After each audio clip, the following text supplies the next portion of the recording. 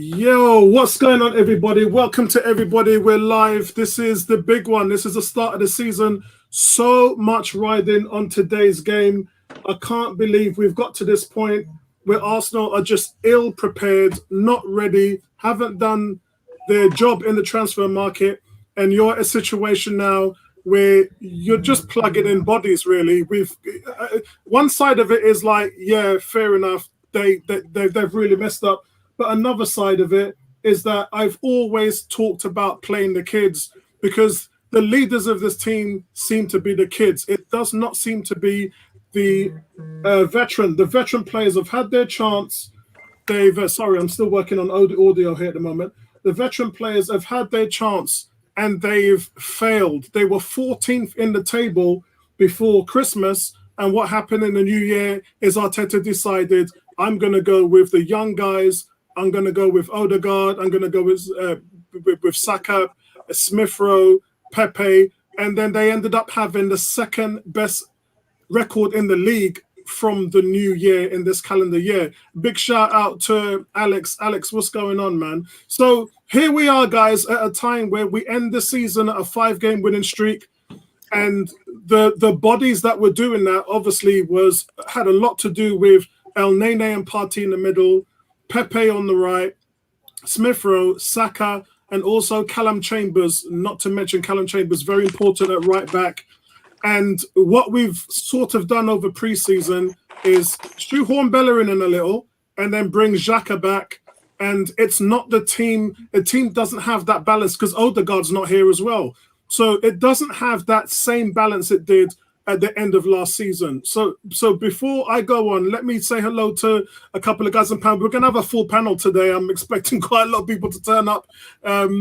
Ebony, how are you, man? Ebony, been missing you. You weren't here for the 10-game prediction for 30 points, but we can talk about that at halftime. We'll have a look at that and see what you talked about at halftime.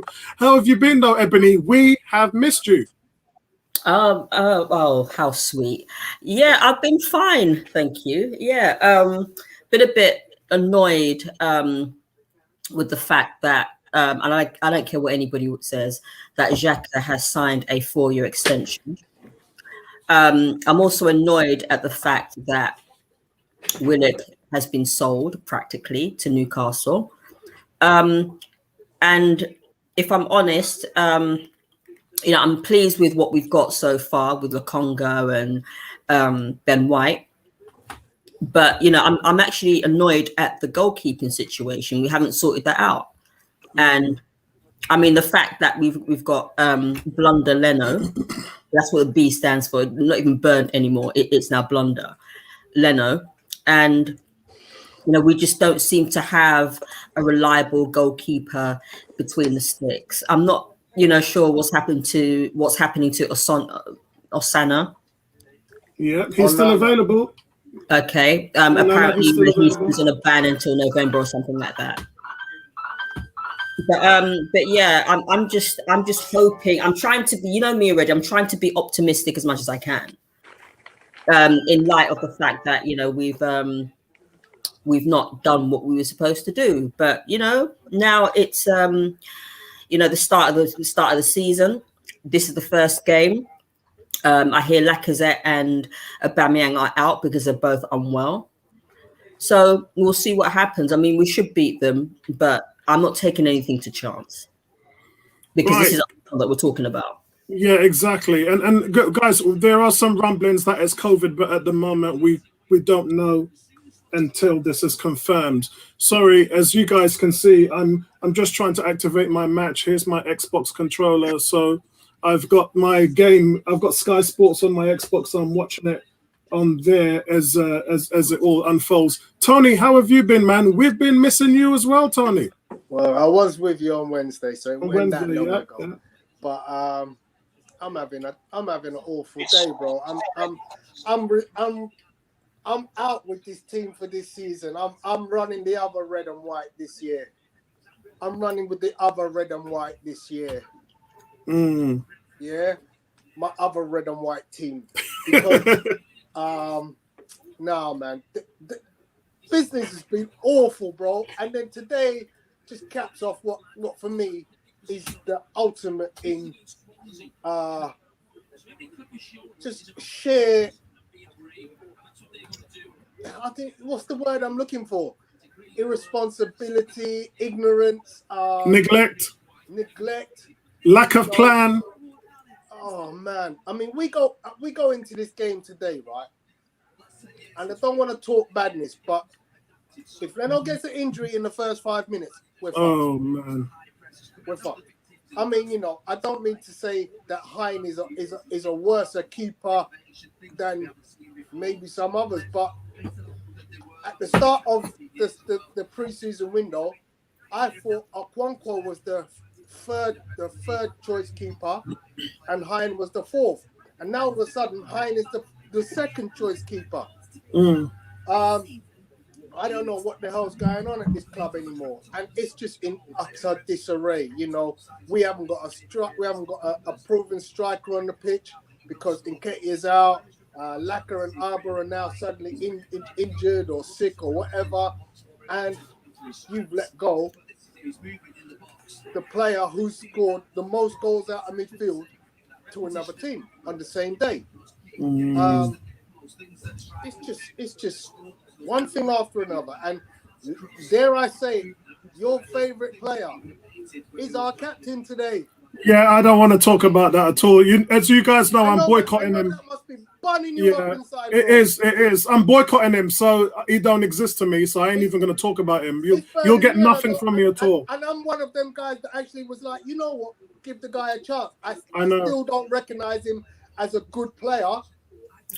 You know, but man, we're dead. We're not our captain. No. Yeah. No.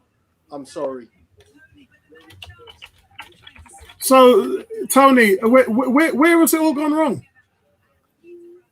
I've been talking to Arsenal fans today. I've been spending some time talking about where has it all gone wrong, and quite frankly, in discussion with those fans, Sporty Jordan and I haven't seen him in a while, and Steve Jackson.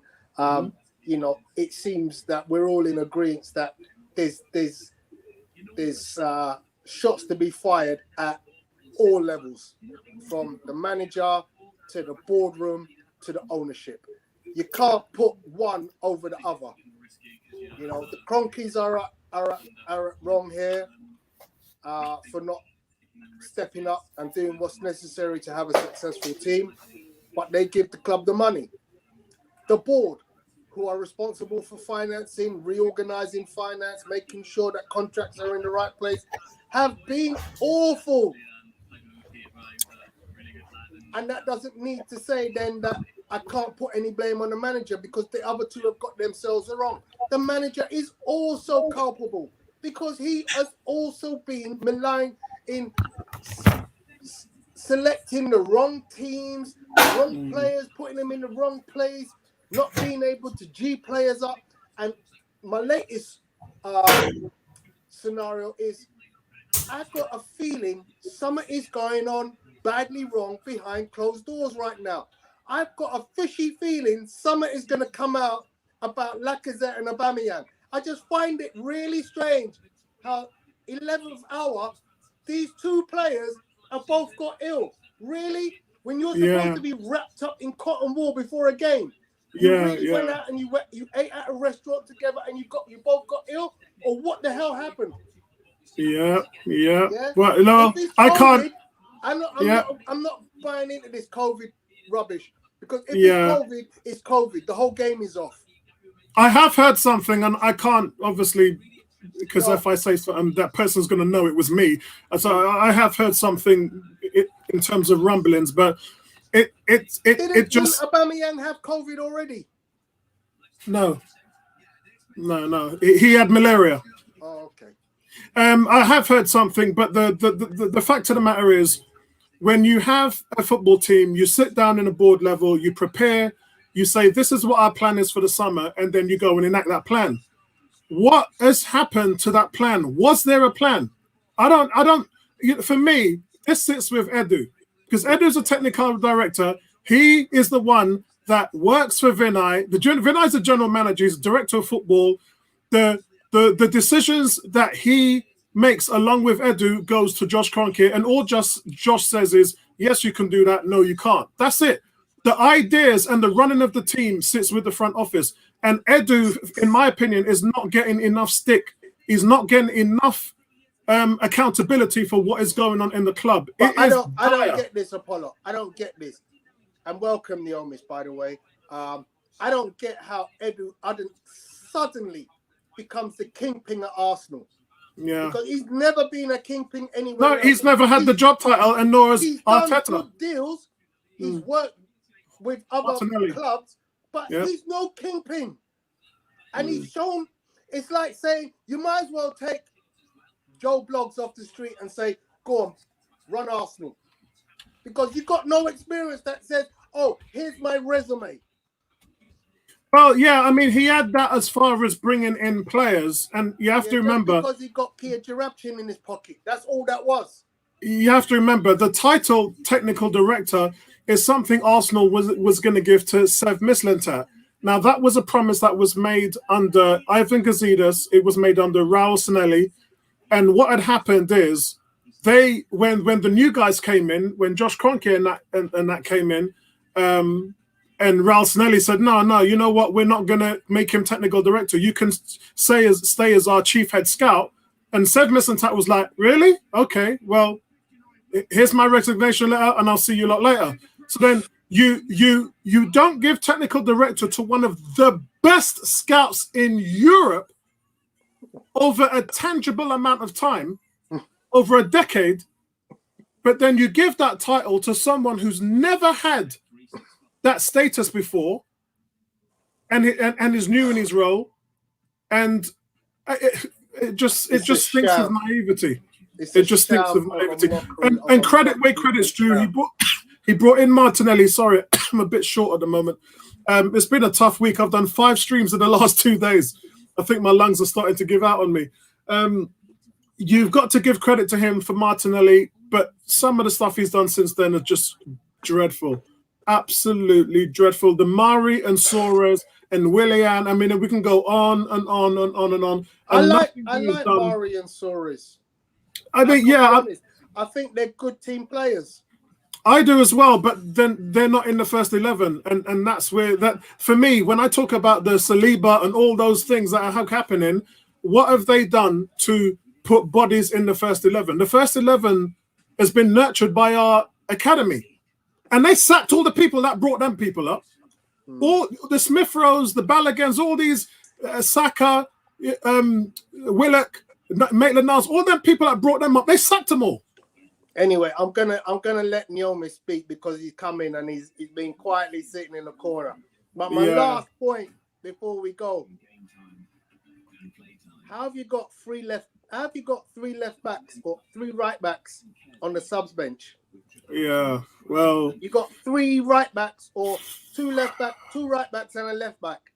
Yeah, I mean Tavares can be anything because he can play anywhere. But I agree with you. It just doesn't. I don't. Look, let's go to Neomis. Neomis, how are you? And guys, I am trying to calm down. I've done all my rants on my videos, so I really don't need to do them today. Today, I want to look about positivity. I want to win today. He said he couldn't understand how you did that last rant. He goes, I've never seen Apollo that irritated in my entire life.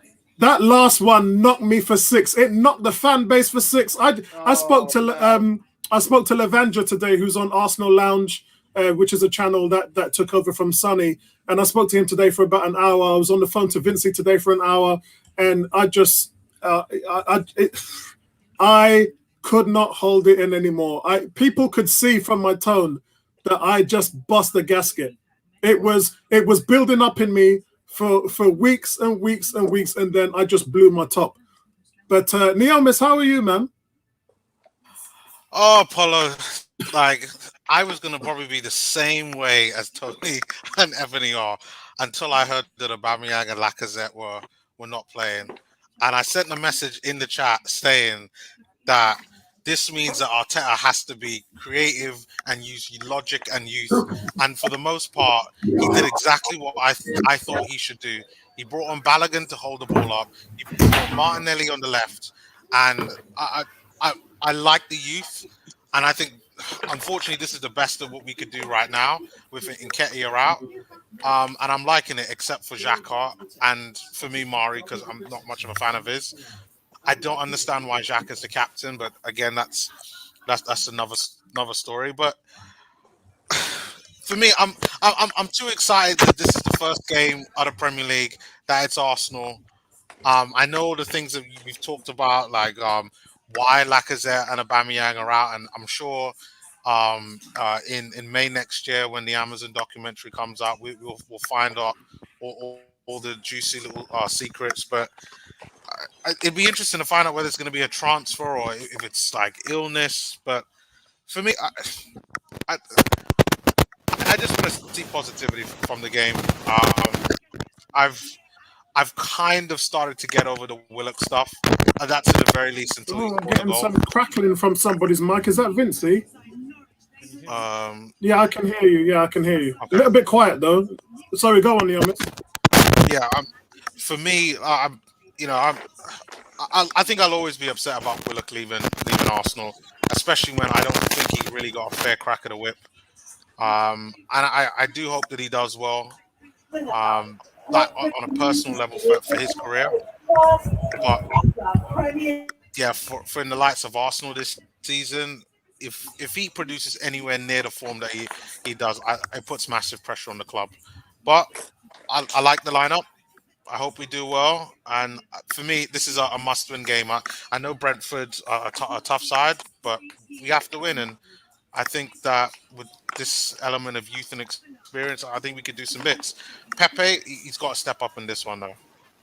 Yeah, he has done. So, sorry, I had to mute Vincey because his mic was crackling, and Nabil has had some feedback on the noise from his television. So I'll let these guys talk in a second. Let me just name the team sheet, and I'll go to Vincey, and then I'll go to Nabil. Team sheet, guys, is Leno, Chambers, White, Mari, and Turney, which we kind of hoped was going to be the case. We didn't want Bellerin in there, so I think, as I said to Tony and Bertram, I got my wish. Chambers was the guy who was making Pepe light up. We're still getting some crackling. I think, is that from Vincey? I'm not sure. It's either Vincey or Tony. It's Vincey, because when I muted it, it went away. Vincey, we're just getting a little bit of crackling from your mic. So in the midfield, we've got Xhaka and Sambi. Again, he doesn't want to be called Lokonga. He wants to be called Sambi. That's his nickname. So we've got Sambi and Xhaka, and we've got Smith Rowe, Pepe, and Martinelli playing behind Balogun. And I'm really happy with that, because I really do want to see these young guns flow, man. I really want to see them flow. Vincey, what's your thoughts on the team sheet at the moment? And then I'll come to you, Nabil. Yeah, I mean, at the end of the day, You're really quiet, Vincey. You're very quiet. what about this now? How is this? You're getting louder. Okay. I'm eating the mic, as they say in the studio. Yeah. You're a lot better there, but you are fairly quiet compared to how you normally are. Okay. I'll You're be good quick. now. Yeah, I'll just be quick. I'm just, at the end of the day, Arteta's got to, first of all, good evening, family, good evening, panel. Arteta's got to, he's got to make some changes. So, at the end of the day, I'm happy. I'm happy. Balogun's big game for him. He's going to be at the top. Martinelli's going to be on the left-hand side. And, these guys, no pressure. I'm not going to heap the pressure that guys want them to perform. It's the first game of the season. Go out there, stretch your legs, and enjoy it. At the end of the day, I know what it's like playing these games. You want to sit down there and you want to hit the ground running. All the fans want us to do it. We're playing Brentford. It's a whole heap of pressure. But at the end of the day, I just want these guys to come through this game unscathed, no injuries, and with a victory. So that's where I'm at. Excellent. And good to see you, Nabil. To say that we have missed you is an understatement. And look, a lot of us we've been having such a tough couple of weeks, man. And I don't even think, I've got to be honest here, because I'm not going to try and lie to you a lot. We're still suffering with some mental fallout of what this team has been doing. And we're hoping that by the end of the transfer window, it would have been some improvement. But we need it now. We've got Chelsea in 7 days, and we haven't got the time to sit down and wait for anything. But Nabil, what's your thoughts, first of all, on the team sheet? And what's your thoughts on the summer so far? Because we haven't heard from you. We didn't get your predictions out of the first 10 games and 30 points. What's your fair assessment? Oh, yeah, so just welcome, guys. I might as well take my headphones off because they're not working. I'm going to take a time out to sort it out in a minute. I haven't used this setup for such a long time now. It's usually so reliable as well, but yeah, I'll have to get that sorted out in a minute. But it's good to be back. Good to see you guys. And yeah, the season we start with all excitement. But yeah, I mean, you know what? The summer window's been, for me personally, I mean, I like the signing of Ben White. I obviously like the look of Lokonga, but I'm really on the fence right now, because I mean, I'm not even convinced we're going to make another strong signing. I'm not convinced we're going to sign Maddison. I'm not convinced we're going to sign Odegaard. That deal's off, apparently, isn't it? It is. I told you guys 2 days ago. I said I wouldn't do it. I challenged you guys. Nabil, I said to them, would you take 70 million and buy Maddison, or would you use that money to buy Onana, Aouar, or Odegaard, and then get a right back in, like, you know, someone like Max Aarons or something like that? And that just seems to be a better option than spending all that money on Maddison. It just seems foolish. It looks like Odegaard is back on the. Oh yeah, he's back on. He's back on. Yeah, so I mean, it really depends on what happens there. I'm convinced that it's all smoke and mirrors. I'm convinced that we were never really in for any of them. But I like being proved wrong when it comes to Arsenal. So let's just see. I mean, currently, it's not great. I like Ben White, I like Lokonga, but I don't see us getting any better than 8th, 7th with the team we've got now. It really is down to the signings that we get and the creativity. That's what we're lacking. And if we can't fix that, nothing's going to change. Yeah, and guys, look, the teams are out on the field now, so we're ready to kick off. What's going on to Leander? Nice to see you. She's saying, how's it going? She's saying, Xhaka is the most experienced Arsenal player on the field. That's why he's the captain. I would have chose Tony. Xhaka's all... Exactly.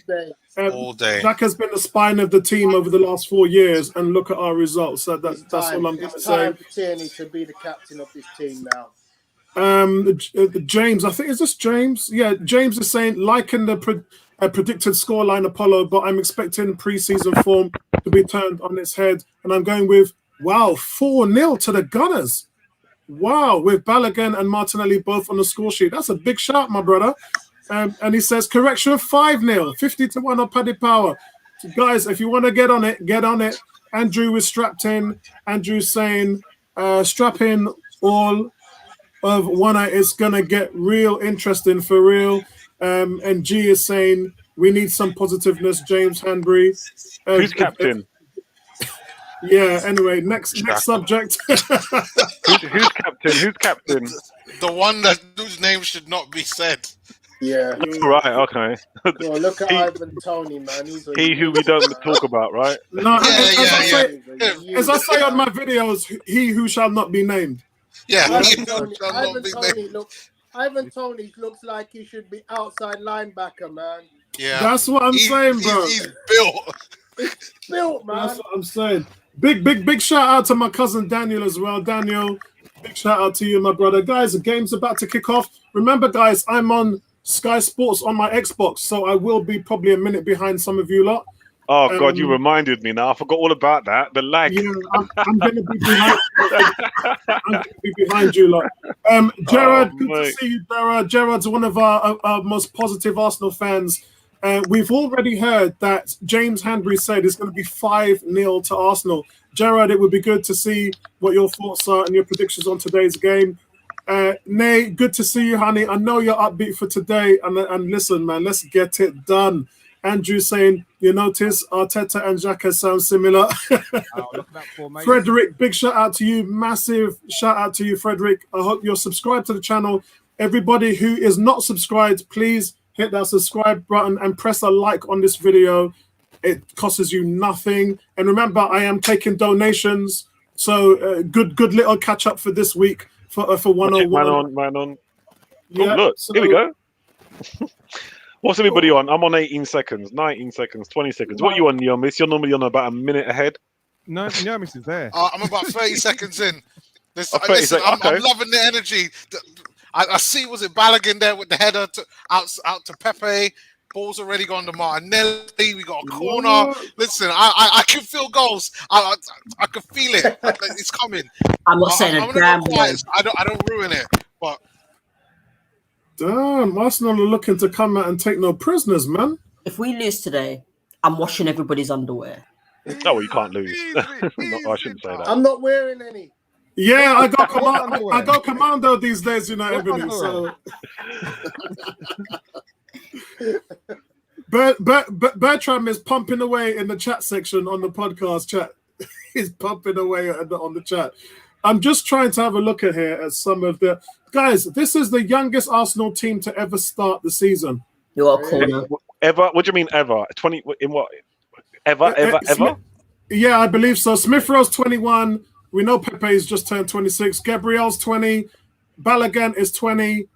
Ben White's 23. Wow, that's a young. Lokonga is 20. Wow, this is a young team, man. How old is Xhaka now? Xhaka's 100 years old, man. Oh yeah. He who we don't mention. Okay. We must leave the club. I ain't caught on yet. We want to stop in the mid. Andrew saying, I wonder how long it will take before Naomi starts cussing and pelting stuff. Jared is saying, I will remain with my 2-0 Arsenal win. I've gone for 1-0 Arsenal today. Anybody got us? I think Tony said a draw. Yeah, I said 1-1. I said 1-1. I'm How going you for been, that. T? Yeah, that was when Lacazette and Aubameyang man. was. Yourself? Nice. Yeah, I'm good. Good to see you, man. Good to see you. Yeah, man, you too. I had to go into loft, guys, just to find some colours. I'm bringing back. To go in the loft, yeah. Nice. I'm vintage, man. I'm not doing. I like Tony's kit, man. That just brings back so much memories. That's the JBC, yeah, the JBC days. Right, yeah, That just brings back so much memories, man. Nice. Those were the days, eh? We're a different team to that now, aren't we? Eh? Those are the days when we had a God. defence. A defence that was the envy of every team. So guys, you can We were see scoffers that those days, man. You couldn't mess with us those days. Man. That's Nutty Boys days. We had a breakfoot defence. Yeah, man. Yeah, they were just talking about our home and away record there. Man like Nigel Winterburn, they just wouldn't have it, man. Nutty Nige. You know what I mean? Oh dear. Can you imagine him in this team? He'd probably beat up his own players. Yeah, I think so. You know what? Nutty Nige couldn't get a contract these days, man, because Nutty Nige was a one-footed player. Yeah. Yeah. It shows how different the game is now. Mm-hmm. Guys, guys, I like the way how Balogun is interchanging with. Oh, that's a horrible challenge on Smith Rowe. Yeah, I'm on 2:50. I'm on 3 minutes. Yeah, I'm on 3 minutes and 10 seconds. Yeah. So we're ahead of you, and you're on Sky. Yeah, because my Sky's in the front room. In fact, them lot are watching the Suicide Squad movie in the front room. So have you seen it already? Have you seen it already, Apollo? I've not seen that.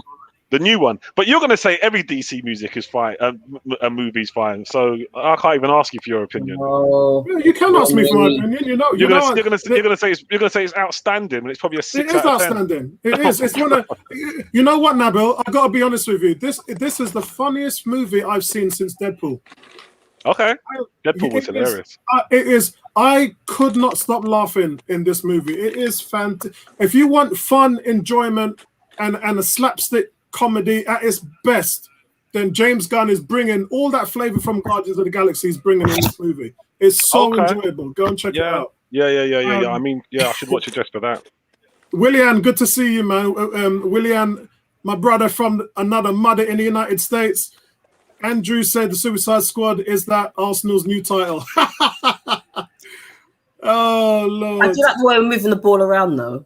Yeah, I think it looks pretty good and progressive. An empty space. So, guys, Arsenal have started reasonably well. They look comfortable, apart from what happened in Smith Rowe. Them little things just worry me, though, man. But Smith Rowe is up. I don't want any injuries today. No, especially with the goalkeeper. If we get an injury at goalkeeper, we're dead. Sorry if I'm a bit late, but what's the line on Aubameyang?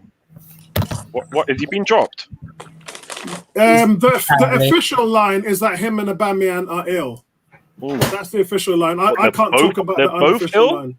Yeah. I can't talk about the unofficial line. Ill.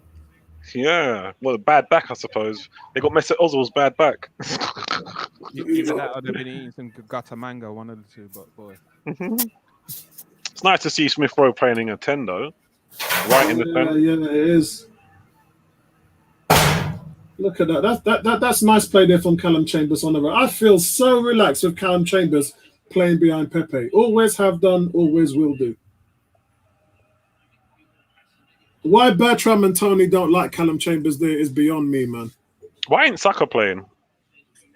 He's still not game fit. Yeah, he's only just come back from holiday. Yeah. It's just fitness levels. Absolutely mad. I like that. Listen, Balogun. The thing about Balogun and Martinelli today is they can really make their mark on the game. If you want to prove to the boss that you need to be playing against Chelsea next week, this is the game to do it. And you know what, Ebony? I feel like Arteta he read your post, didn't it? You said, "What? I don't give the youth a chance." He didn't last season. He didn't last season, and look what's happened to Willock. It's like he never gave him a fair crack. But with Willock, we need the money, man. We need guys. The money. What would have Joe Willock done in a game like this today? Now, come on, man. Yeah, but they need the money, man. Nah, man. Here we go again. You know, it's a Martinez situation. This is the thing, right? We need money, and no one wants to buy the players that we want to sell. You want to sell. This is okay. So I've tried to not get into this transfer thing because I just hate it. I literally hate everything about transfers, and even worse, everything about Arsenal transfers. But the Ben White deal to me makes no sense. Right. When you take you take their best centre back, and you could offer them 3 other centre backs. What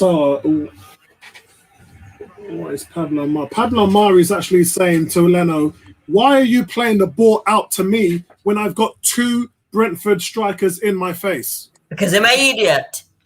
Pablo Amari, look at Bert Leno's face. Look at Bert Leno's face. You got Balogun on the pitch now who can hold the ball up, but I don't get it. Did you see Bert Leno's face? Pablo Amari just ripped into him like, "Why are you giving me the ball, bro? When I've got 2 Brentford strikers in my..." He's doing it again. I'm at 8 minutes. He's doing it again. He's an idiot. And people are having a go at me because Leno saved us. Please. No, I'm going to back you up all day long, girl. I'm backing you up all day long. It's like they don't see what we see in Leno. I could do a better job. In actual fact, any of us 6 could do a better job. On a lighter note, I do like Bert Leno's kit. Out of everything that we talking about, you talking about his kit. I like his kit. I like his haircut. Yeah, I like his haircut. Pepe to Smith Rowe. Haircut looks nice. Pepe, cross from Pepe. That's keeper's ball. Oh. Now, the thing is, I mean, Nabil, I know what you're saying about Arsenal need the money, but Arsenal also need coaching. And Arteta needs to coach the players. You know, we cannot win. We cannot progress with just 11 players at a club. We have to coach as a squad. And this is where Arteta has to use the players who aren't in the first 11. And that comes with coaching, in training, to develop a system of play. That when they're not playing, but I think what Arteta done is like he had a short list. He had a short list, and I suppose Ainsley Maitland-Niles, Nketiah, Willock, Nelson, Xhaka was on that, and I think maybe Holding's on it as well. You know, he had a short list of players, and he's basically like, you know, make me an offer, and he'll sell any one of them. You know, if you make a decent offer, he'll sell them. You know, players there even Lacazette as well. And then there's some players he just ain't going to sell. And that's how it goes, you know. I don't suppose No, Willock there's is. no, there's no. I don't suppose players Willock you is. I don't can't suppose sell. Willock is high on that short list. I think he There's preferred no to get rid of. players you can't sell. I think he preferred to get rid of someone like Reece Nelson or Ainsley Maitland-Niles first. But That's if you're a not great offering him money for That's a that, great what ball. can you do? You can't tell people who to buy if they're not offering any good money for him. He's got to sell who they do go in for. The next best But thing you is know, if when you you're can't looking sell- for a player, right, Nabil, here's what you do. You make an arrangement to say, okay, you know what? We've got some players. You've got a player. Tell me who you want. Because as far as I'm concerned, what you said about there's players you wouldn't sell, ain't nobody at Arsenal fits that bill. Hmm. Who's unsellable at Arsenal? Yeah, that's I mean to you.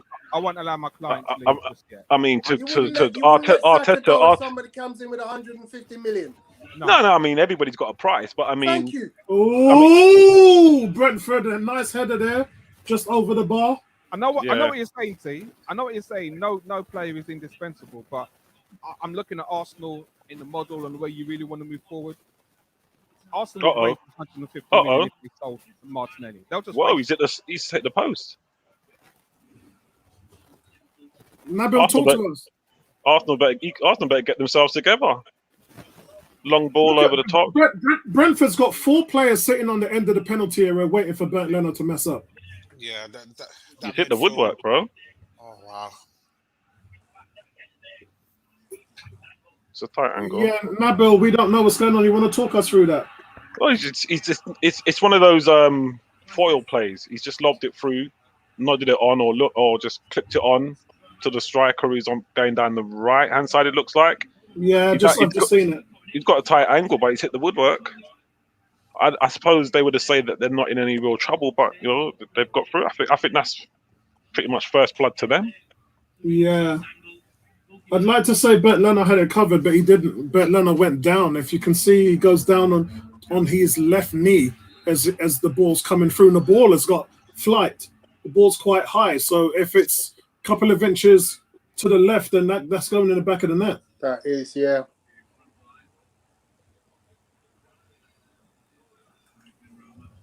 And guys, listen, that was strange because 10 minutes in and Brighton hadn't even had a touch in the final third. Brentford. You mean Brentford?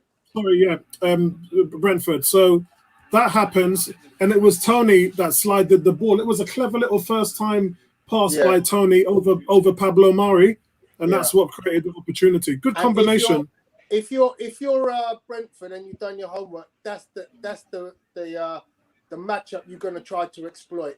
Yeah. You're going to try and put that fast winger against Pablo Mari. He's going to lose that every time. Oh. Yeah, I mean, I reckon we should do 3-0 here. If Pepe and Martinelli are on their game, Smith Rowe, they should be doing something with this team, really. Yeah. They've all got first team aspirations. They should be tucking this team away. To be fair, they've got the quality. That's a nice move. We should have a goal here. Back to him. Nice play. Unlucky. It's a big shout to have Smith Rowe in the middle. The way how it's some nice link up play there. Some nice link up play. Who by Nabil? Who by? Smith Rowe and Balogun. He done the right thing. Excellent. It was a bit late, but he done the right thing. That's the guy you want to get to. I want to get it to him. Apart from the midfield and captain choices, I really like this. That's nice, Balogun. Yeah, I mean it's a fluid formation, and the way the guys are actually moving the ball, they're moving it with pace, so they're not slow. So it's giving Arsenal the chance with runners getting the ball early, and that's what we've seen thus far with the play. Go for it, Nabil. You're saying? Yeah. Sorry. What a move! Yeah, it's a nice move. Yeah. What a move that was! Yeah. Got a corner from Pepe. Apollo, do you want to just read out that comment from Diane? Hold on, I'm just looking at something which is quite important. Right, Diane said, "My ears, Who on earth is this woman commentating at this game? For goodness sake, please save us from her rat-a-tat voice. It has put me off for life. Diane, my advice is to mute the TV button and turn your computer or your phone or mobile, what you're listening to on our stream, turn that up, and we'll kind of cover you for that. G is saying, this lineup is giving me real Arsenal vibes. Been a while, honestly. Brentford are not taking the knee. Oh, I think they're not doing it all season. Yeah. They're not doing it all season. Really? I wonder why. Yeah. Every team in the Premier League is doing it, didn't they? Yeah, except Brentford. Except Brentford. And Wilfred Zaha. Who would want to be the one team that's not doing it? I mean, that's just like, seriously? I question that. Who would want to be the one team not doing it? What does it achieve? What is it? It's awareness. It's awareness. Awareness of what? It bugs all race What's people. changing? All right. Okay. The reason why they're not doing it is because they felt that the gesture no longer had the required impact. Correct. That's what they said. But the Premier League said in a statement that we feel more now than ever that it's important to us to continue to take the knee as a symbol of unity against racism. What are they doing? So whether it's having an impact or not, it's a symbol for us to say I'm done with symbols. We're against it. I'm done with symbols. I'm a black man and I'm done with symbols. I'm not done with symbols. Keep it live, keep it going. That's what I'm saying. Bro. I'm done with symbols. Keep it live, keep it going, put it in their face, let them see it every single day. Action. That's what's live. As you guys know, I don't do Rwanda, so I ironed this on my shirt. Can I show it to you now? He's gonna. Oh, Uber's I ironed that on my shirt yesterday. Thanks for Tony. Tony Cox was the guy that sent me all that information on where to get all the stuff to put on your shirts. So I don't do Rwanda. You lot know that I don't do any of that stuff at all. And so I decided to. I've got an NHS one. I'll tell you what, Rwanda are spending some big money because I see they're sponsoring PSG now. Oh, are they now? Well, Tony, they need to spend it on their people who are starving and ain't got no medical supplies and all. That's where they need to put them. That's the kind of nonsense that makes me want to cover this up as well. Yeah. That's why we give them 30 million a year in the UK as a country in the Commonwealth, and they took 10 million of that and paid Arsenal for sponsorship instead of feeding their own pitney. Yeah, so I don't support that at all. At all. Yeah, that's what I mean about action, bro. That's positive action. Bella saying, I'm not sure what that was. Maybe that's with the game. I'm not sure. But yeah, you guys know me. I don't do Rwanda, so none of my shirts have that shit on it at all, man. The game so far is doing well. Like we're creating chances. Our forward players are getting in the box. It's just lots that of players in there. Just the finish. Yeah, just the final finish just needs to be there. I gotta be honest. Smith Rowe is just dropping into that pocket. He's finding those Ozil type pockets, and he's frightening the life out of the Brighton defense. They're not able to get anywhere around him at the moment. So why do I keep saying Brighton? Brentford, sorry. Simon's gonna curse me when he sees me tomorrow, and he's trying to find Balogun as well. Remember, guys, these players, young players, have played together for a long time. They know the runs they're gonna make. They've got that synergy as a team. It's just a shame that Saka's not there to enjoy the fun. Yeah, he'll be on in the second half. I'm quite happy with what I've seen so far. They're playing well. They've got a good level of activity. Yeah, look, Lokonga looks like he's got way more poise than he who shall not be named. Oh, he's brilliant. Like he who shall not be named is just taking up space. He who shall not be named should have been sold. That's for real. Andrew saying, Apollo, no mention Ozil. You will have Bertrand. Ozil is my guy, you know. Ozil is my guy. Bella said, no, it's not for the game. I'm from Rwanda. And you're making it sound like we're starving out here. And he's got, seventh most highest poverty in the world. So while I'm not making it sound like you're starving, I'm making it sound like that when we give you money to assist medical help, educational help, and I know because my company, Lyrico, runs charities there, and I know exactly what happens. So it's great that you're from there, but you need to talk up what's going on. rather than saying that nothing's happening, because we know that there is a reason why they're the 7th highest poverty in the world. We went to Madagascar, which is the worst. 72% poverty in Madagascar. And my company, we've spent 4 years there building schools, hospitals, and everything. What I don't want is the fact that as a country, the UK, we are giving you money to help yourselves, and you're giving Arsenal money, the same money back to put on our shirts. I don't support that at all. Well done, Lokonga. Yeah, I don't support that at all. Robert saying 30 million. How does Rwanda cost the same as Ramsdale? Oh, I'm finished. I'm sick of that. It is cheap though. In all honesty, that shirt sponsorship deal is negligible money. We keep doing that. Yeah. We keep people saying it. You know, you can twist. You need to turn your mic up, Benny. Yeah. You need to turn your mic up. You need to turn your mic up. Okay, hold on a second. Hold on.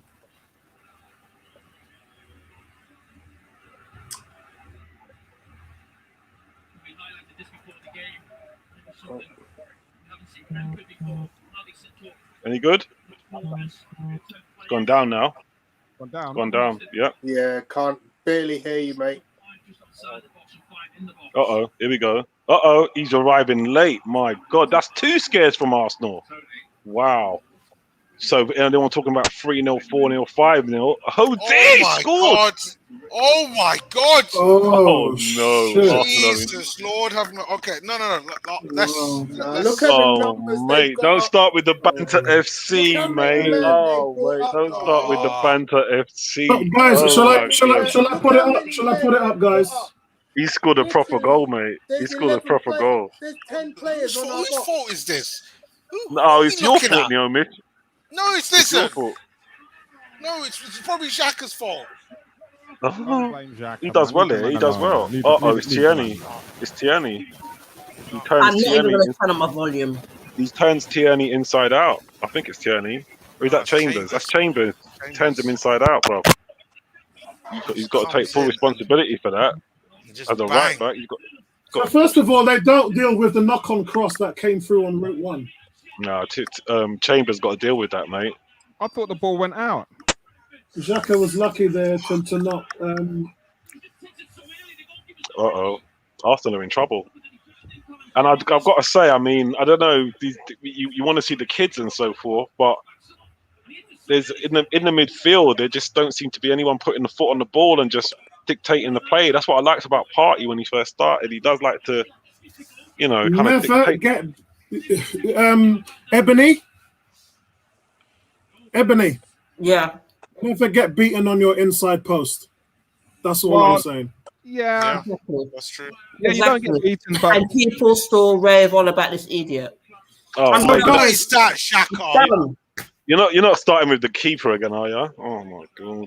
yeah, That's I- Chambers. No, That's but Chambers' you shouldn't get fault. me on the inside post. No, but Yeah, that's Chambers. Chambers It's had the ball. Chambers' fault, man. Chambers had the ball. Yes. Dealt with that. just before he didn't control it right, and he kicked it out, and then he went back in and let the guy come inside.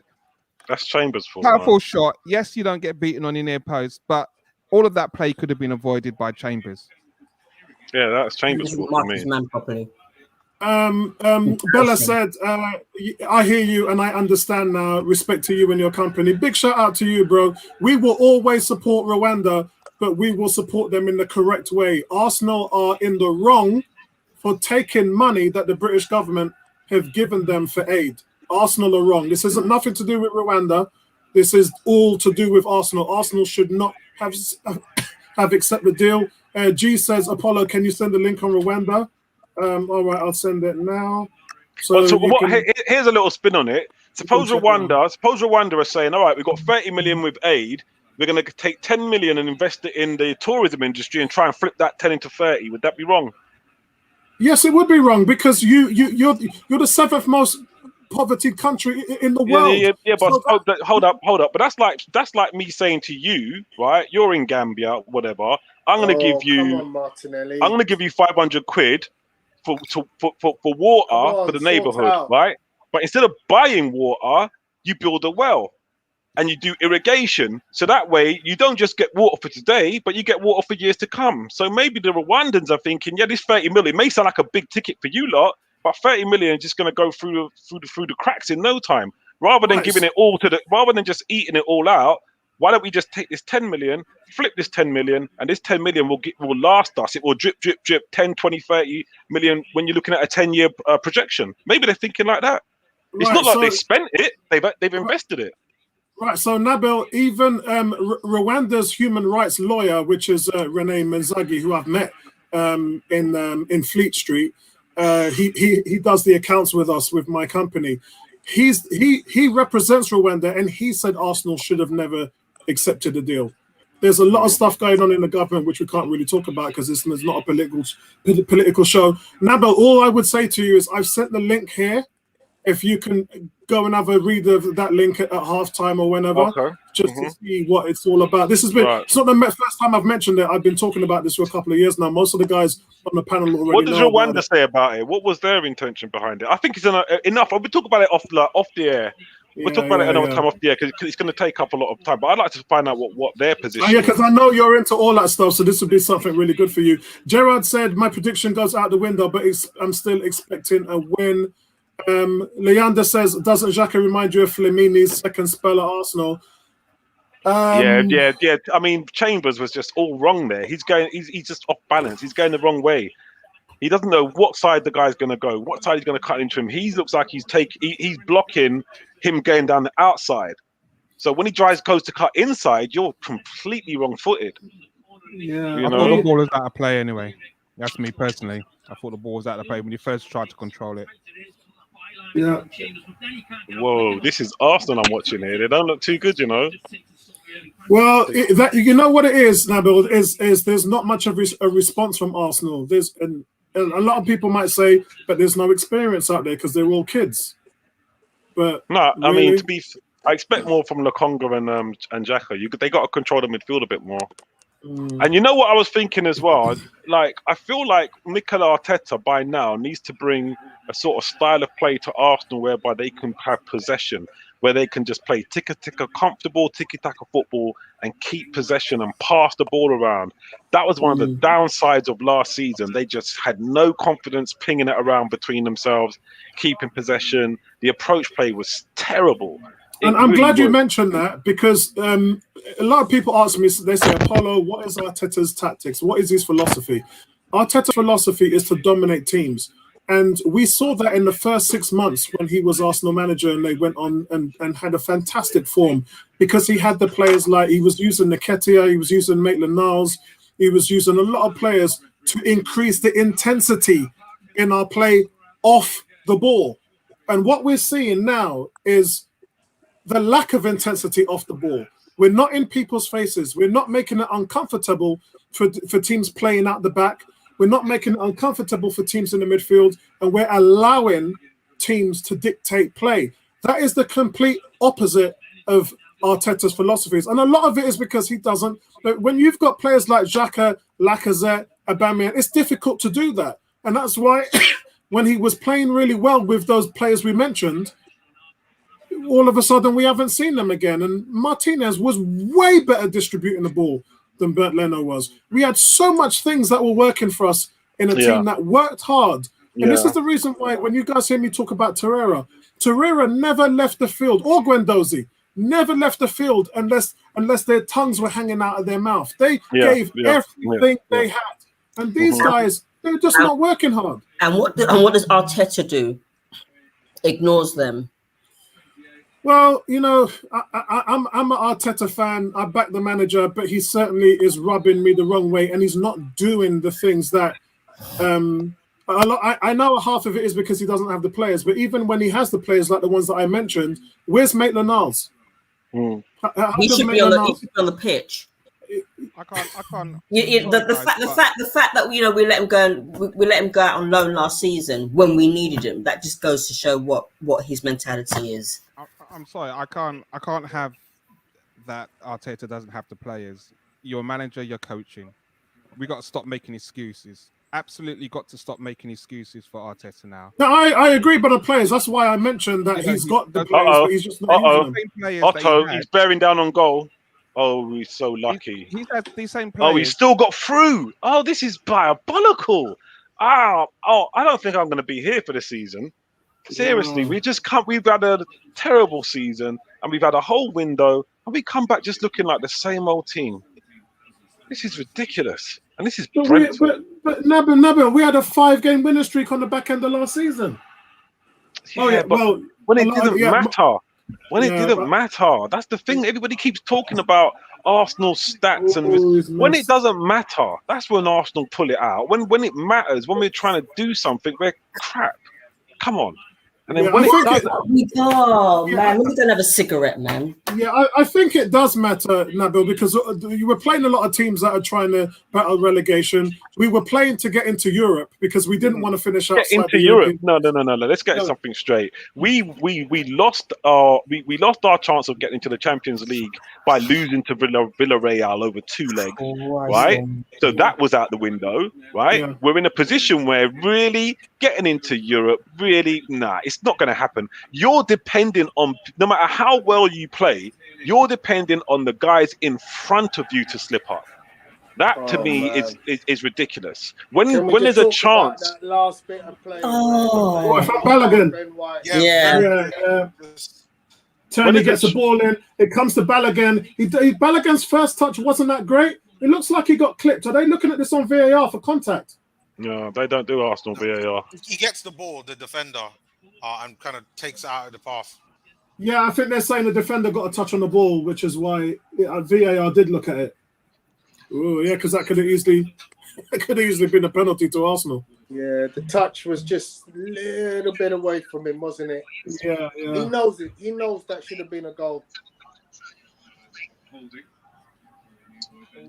he does get clipped, doesn't he? This is embarrassing. Yeah, but it's not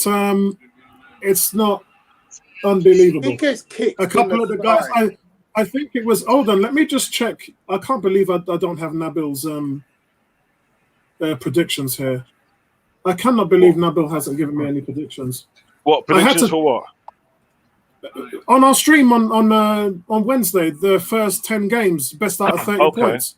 I don't really do game predictions, if I'm honest. Yeah, I know. I had to delete your name from the list because you didn't give us any predictions, and I was trying to fit it up on the screen. I've been struggling for a couple of days, so in the end, I took you and Chris's name off so that I could fit them all in. I've got Ebony's now. I can tell you my league position prediction.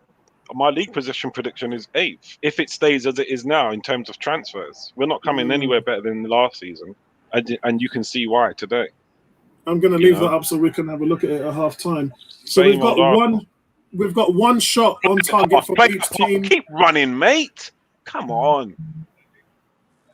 Take him on. Good shot, Pepe. You're actually making Brentford look like Barcelona right now. Yeah, the amount of times Brentford have showed us up down the flanks is concerning. Yeah.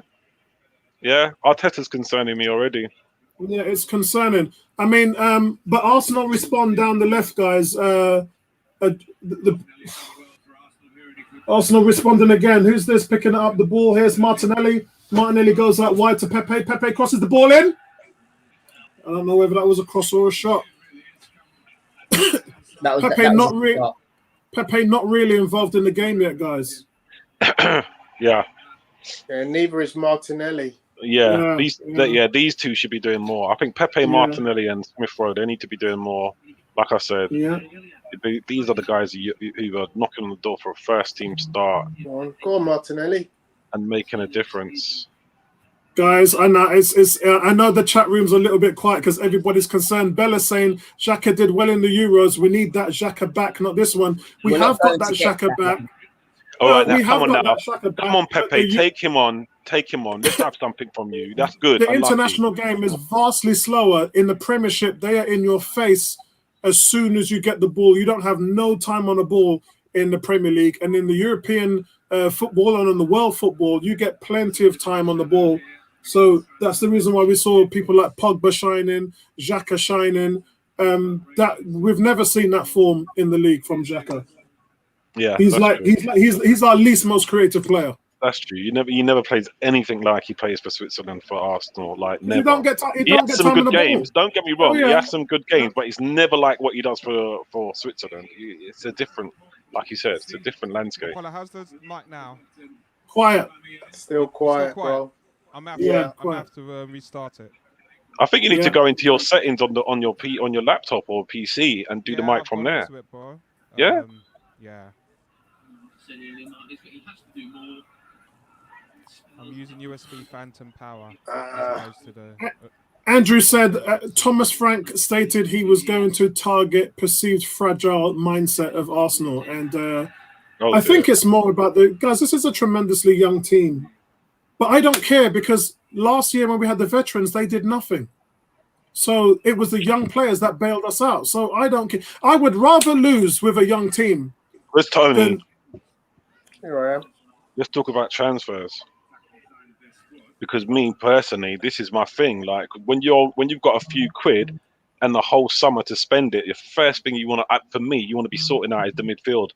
That's why I've been so critical and so disappointed. Because I mean, Ben White, fair enough, and I agree with you. They should have probably done a player plus cash deal. But me personally, it's an emergency. It's a state of an emergency. This type of midfielders that you need at Arsenal to sort of change with the way we are. Looking at this, it's just like no change. I can say one thing to you, though, Nabil. I was talking to a couple of agents last week, and they was mentioning some names that Arsenal had been in contact with. A few of them I've told you guys about already. But when it came to guys like Ruben Neves and a few other midfielders who would vastly improve this team, by the way, the players weren't that hot on coming to Arsenal because I'm not they're not even in Europe. So if you're Wolves, if you're playing for Wolves or Leicester or one of them teams or Everton, why would you come to Arsenal? That's a lateral move. 1-2. Is that better? That's much better, mate. That's much better. Nice. As a footballer, Nabil, you don't want to make a lateral move. A lateral move ain't gonna give you nothing. Yeah, it's not going to give you nothing. If you're going to move for money and then European football and top 4, top 6. Respectfully, Wolves to Arsenal is not a lateral move. It was for him. That's what I heard from the agent. Well, it ain't. Let's be honest. No, but you're saying it ain't. But that's what the players say. Anyway, Arsenal are a better club, a bigger club, a club with more history, a club that will pay you more money, a club that will finish higher in the league. Club that will be in Europe probably over Wolves. How's that a lateral move? Because Tony, what they're looking at is the here and now. They're looking at what's going to happen. Still the same of the above. Yeah, because that argument with James Maddison don't work because they've just missed out on the top 4 the last 2 seasons. Arsenal's been nowhere. So you're right in what you're saying, but James Maddison, you said Wolves. Yeah, I said Ruben Neves. Yeah. But I said in terms of even for James Maddison, even people like myself, I'm saying, why is he taking that move? We know why, because he's not getting on well with the coaching staff there. But initially, you're leaving a team that's been in the top 4 all season and just missed out for 2 seasons, then you're going to a team like Arsenal who can't even get in the top 6. If I may, I think it's like 6 of one of half the other, and it depends on what your mindset is like as a player. Because I think James Maddison will take Tony's position and say, well, do you know what? It might be Leicester, but really, if Arsenal get their act together, they can be a lot better than Leicester. You know, they've had a really rough transitional period. It's taken a bit longer than expected, but really, you're talking about Arsenal who they played in the Champions League final. You know, you're talking about Arsenal who's had invincibles. You know, if they can get it together, it's a better club. Cup finalist 3 seasons ago, bro. Yeah, it's a better club if they get it together. It's a better club. But at the same time, I get you. You could be a player and you're thinking, well, like you said, the here and now. Next season, I can join Arsenal and I'm not going to be in Europe, where I can stay where I am and be in Europe. You know, or stay where I am and probably get a team that's in the Champions League. So it depends on the player's mindset. I could see every reason, if I was a player, and I'm not being biased, I could see every reason, you know, signing for Arsenal and they're not in Europe, nowhere near the Champions League, right? Because but what I'd be asking Mikel Arteta is, what's the plans? How serious are you? You know, because if you're serious, and you know, it can be done in a couple of seasons, but how serious are they? I think the thing is, you're talking about players who actually want to stay at Arsenal for a long period of time. If you're going to stay at Arsenal for a long period of time, I can understand that ideology. But if you're not looking to stay at a club for a long period of time, you can't use Arsenal as a stepping stone right now, because the way we play football, you're not likely to get picked up by a bigger club. So why would you join Arsenal? You're going to join the Wolves. You're going to stand out, and you're going to get a big money move from Wolves. It takes Arsenal out of the equation because Arsenal aren't developing a style of football, and if they come in, they can't see themselves excelling right now in the Arsenal team. It's not about the club and its history. It's about what Arsenal are doing on the pitch, and that's the biggest problem. Yeah, fair play. I love that. I love that for sure. And that's why you have young players. I mean, young players who go out on loan and star. I'm turning them around and saying, you know what? Buy Arsenal. Goodbye. Academy players. Bye. Yeah. I'm in agreement with you. I don't know what's going on at Arsenal. It's a nice ball. This is a nice ball. Come on, control that, mate. Want to see more from Pepe. Who's this now? Balogun. Oh, this is Lokonga. So Cool K saying Sambi is world class. Victor said it's Friday the 13th. We can expect this. Peter nice ball in. Now Peter, scoreline's on the bar at the bottom. G saying same old from Arsenal. Xhaka takes an ace to turn 20 yards from his goal and is pressed by Onyeko and loses the ball. Andrew says, if you believe that to be the catalyst for improvement at the club, maybe this is the defining factor. 18 said he can't even comment because we're so bad. It's no change, mate. No change. Whole summer window, couple of quid to spend, and no flipping change, mate. Maybe you should have just... Guys, give me 2 minutes. My throat is really tight at the moment, and I've got to take my medication. I'll be back in a second. All right, bro. Damn. This is really bad. And we start off so well as well. Yeah, but it's the midfield. The midfield is it's like non-existent. It's like it just passes through. I wouldn't say it was non-existent. I think we're struggling down the flanks, if you ask me. Yeah, we are. To me, we are. But I mean, I'm talking about when we get the game. When we get the ball. Gabriel and Lokonga are working hard, but we don't seem to be getting anything from Martinelli and Pepe. Here we go again. Yeah, Arsenal do look a bit predictable, mate. Oh boy, it looks like it's gonna be a long season if it carries on like this. It will be a long season, trust me. Wow. If we've got Chelsea next week, it's going to be a long season. Arsenal's still in the game. Imagine your top scorers on. So Lacazette was last year's top scorer, yeah. Yeah. Yeah. 17 goals. We're still in the game, guys. You know, it's the first game of a long season. Yeah, but I mean, I'm not expecting. I saw nothing in pre-season. I saw nothing at the end of last season that's going to say to me right now, Arsenal going to be hitting the ground running at this stage. Brentford just look nice. They look hungry. They look attacking. This is how football's played. Arsenal just don't look. They look devoid of all this. Gosh, that's a goal. I can't believe this. They're just doing all the things we should be doing.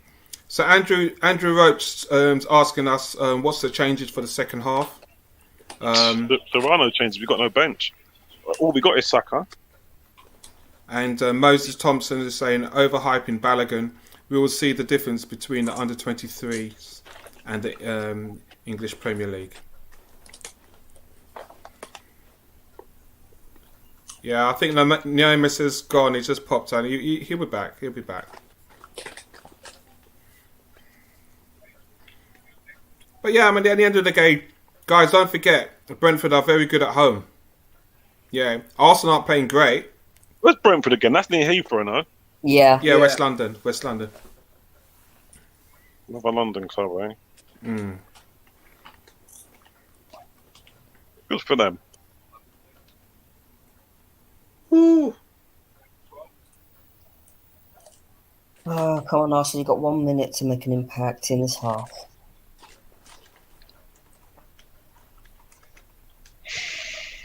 I Actually, if you get more results like this, I can see Arteta giving his marching orders. So who do you think's been our best player this half? I'll say Balogun. Balogun's been nice, eh?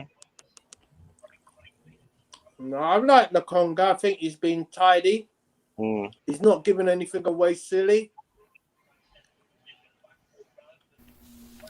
Yeah, I think I'd agree with Tony there. Sambi looks good, and at the end of the day, he's still not playing his natural position. He's playing out wide. So, as I'm saying, we're expecting and we want a continuity of play, but we're having several players playing out of position in the middle of this pitch. Oh boy, I'll tell you what, mate. If we don't get a quality midfield player this season, I'm not watching. I'm just not going to watch. I don't think it's going to happen. If you want me to be honest, You don't think we're getting no one? Nah. No, Not quality. I think, nah. Me neither. For me, I think we need a dominant central midfielder, which I wanted Basuma. Locatelli. Oh, Basuma, yeah? Yeah, I wanted Basuma to be in there. I wanted someone in the final third to give us goals, a backup left back, and a backup for Partey, and that was it. And those first two, the midfield player and someone to help score some goals, like we just don't have. And that's kind of what we're seeing now.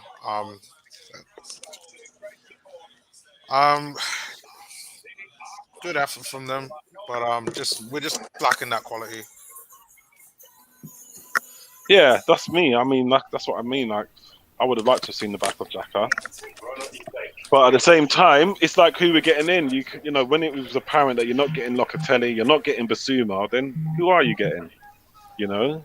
The thing is, I think we could have gotten Basuma. I don't understand. Like, I think Basuma would have wanted to come. I just think that we chose to get a centre-back instead of a central midfield player. I mean, maybe we could have gotten both. Like...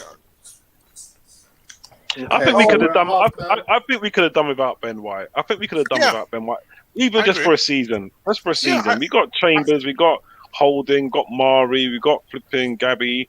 I think we could have done without him for one season and just focused on the midfield. So let me reinforce the point that I said earlier. How the hell do Brighton get rid of their best centre back and don't have a replacement, and we could throw them one of 4 centre backs? Because work this out. Last season we had, was it 9 centre backs? Yeah, that's right. So we could have said, we'll take Ben White off you, but we'll do it a player plus cash. Rob Holding, Callum Chambers, Mavropanos, Saliba. We paid a lot of money for Saliba to keep going out on loan. Pick one of them. Pick one of them. Yeah. Yeah, it don't make sense. It doesn't make sense at all, if you ask me. I tell you what doesn't make any sense. If Rob Holding isn't the answer and you felt you had to go out and get Ben White, you might as well why sell him. keep Rob Holding? Exactly. Good point. Yeah, well done. Yeah. I like Rob Holding. I'm not saying he's a bad option to have as a backup to Ben White, but let's be honest. When you need cash, you don't throw 50 million at Brentford when you could maybe say make that 25 million and the player. Yeah. And use the extra 25 for a player that you actually need. Yeah. And they took ages to do that deal. It gives you plenty of time to think about it as well. It just seems weird. It just seems really weird. Like it's exactly what you said. I'm not going to echo you, but for me personally, I'd have gone into this window thinking midfield is my priority. Yeah, you want a backup for Tierney. I get it. Yes, you might need a backup right back, or not even a backup right back. You might need to get a right back because Bellerin might be going. I get it. But a midfield player, a cracking midfield player, is such a priority for me. And Maddison, a Odegaard, a Locatelli, a Bissouma, it is such a priority for me, man. It's like, but instead you're 50 million down because you spent on Ben White. Now, okay, we've recouped 25, but actually the 25 ain't really in our pocket because we still got to pay for Pepe. Don't forget, we're paying yearly installments on Pepe. Yeah. Yeah.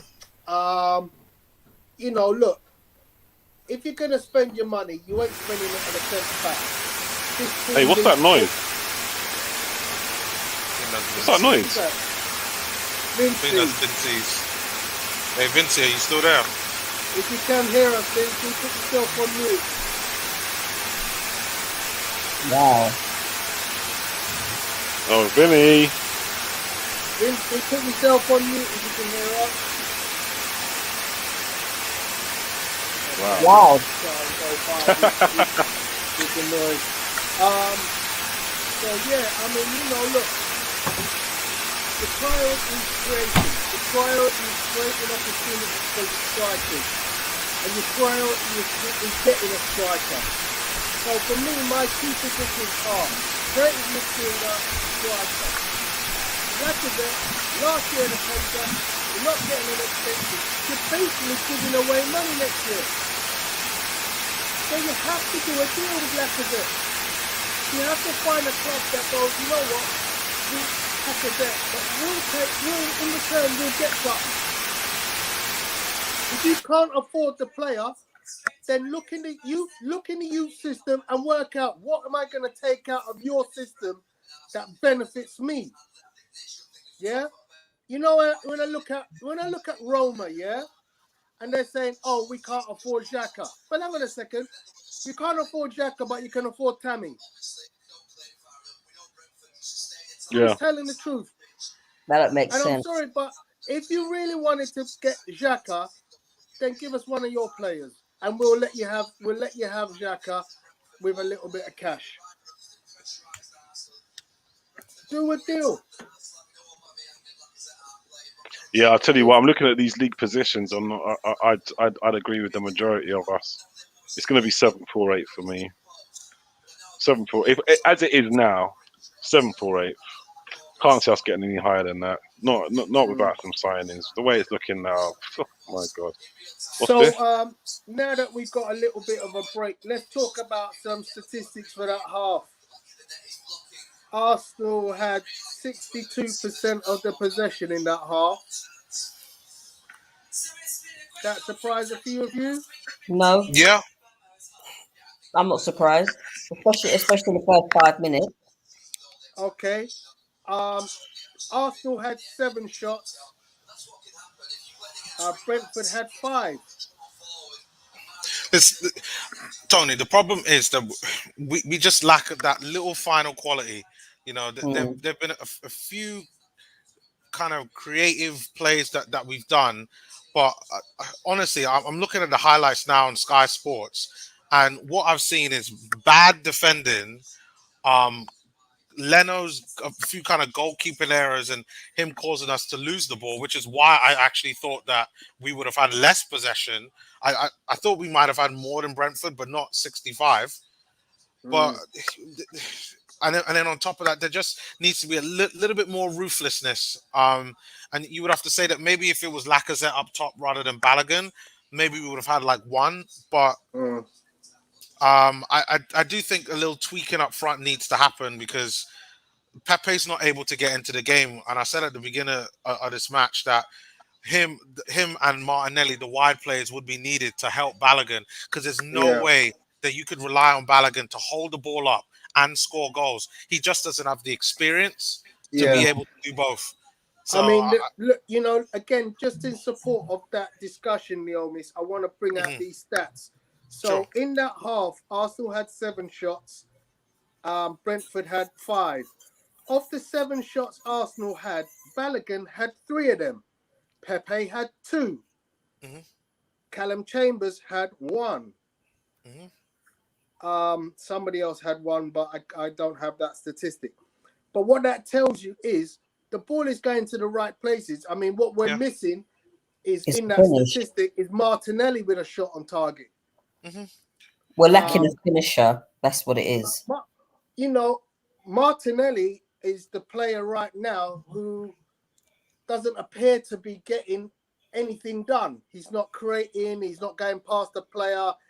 You know, he's not, opening himself up. So right now, if I was the manager, I'd look at that and maybe be looking at Reece Nelson or Saka to change the game. I like Martinelli, but he's had a poor half. But before we do that, I would suggest switching sides, because the one thing I see Brentford doing is that they are now doubling up on Pepe and nullifying him a lot. And I think Pepe should move sides to the left, and him and Martinelli should interchange a lot more to stop the constant doubling up, because those stats, like, they show that Pepe's getting a lot of the ball, but Martinelli isn't getting anything, which means that Martinelli is free. So if we could somehow either get Martinelli free or, like you said, make a change, whether it's Saka or Reece Nelson, I say I'm down for it. But this is the type of game that you really see whether, like, Arteta has it, because we don't have the resources that we would have won. And I'm not talking just signings. I'm like Aubameyang and Lacazette. And we've got to make something happen. Again, I'm a stats man in a game. I like to look at statistics and I work this out. Brentford are putting in tackles. They've out tackled us 9-2. Wow. So what does that tell you? We're doing stuff, but Brentford are just being resolute in their defence. Basically, their manager's tactics are spot on. Okay. Correct. Well, I mean, for the fact that we've had 65% possession. And the chances we've had, we've not put them away. And like I said, we're lacking a finisher. That's what we're lacking right now. And a combination of that, and the ball isn't coming. We don't have the players right now to get the ball to either Balogun or Martinelli. Yeah. We do have to make a change. I'm prepared to give. The only shot on target from Arsenal came from Kieran Tierney. Yeah, when he crossed it, yeah. See, that in itself isn't good enough. Like, it's good that we're getting shots, but we're not getting any on target. Because if we had 5 shots on target, then that would have been even better. But one shot on target is not good enough. Yeah. You can't be happy. If you're going to take all those shots, half of them got to be on target. Yeah. So. But, I don't think it's all doom and gloom. The way we're playing, the build-up, it's not disastrous. We are actually the better team currently. Yeah. But we are susceptible to a breakaway. Our defending is naive in places at times. Yep, I agree. I had this game down as a draw, and I still think there's a draw in this. Yeah. I'm going to stick with my win. I had it as a 2-1 win. I thought Toney would have scored, so he could help out with my fantasy team. I think in the second half, at some point, Saka will come on. Yeah. I don't think you have a choice. But for me, it's Martinelli. Martinelli, right now, I love the kid, but he's offering us nothing. And is it all down to him, or is it service, lack of? You've got to be demanding the ball. You got to, when the ball gets to you, you got to do stuff.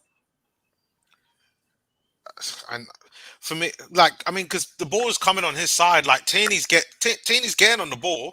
Yeah. So and he's playing on that left side. So is it kind of communication with him and Tierney? But he has to. Do you remember when they first came in? They came together, right?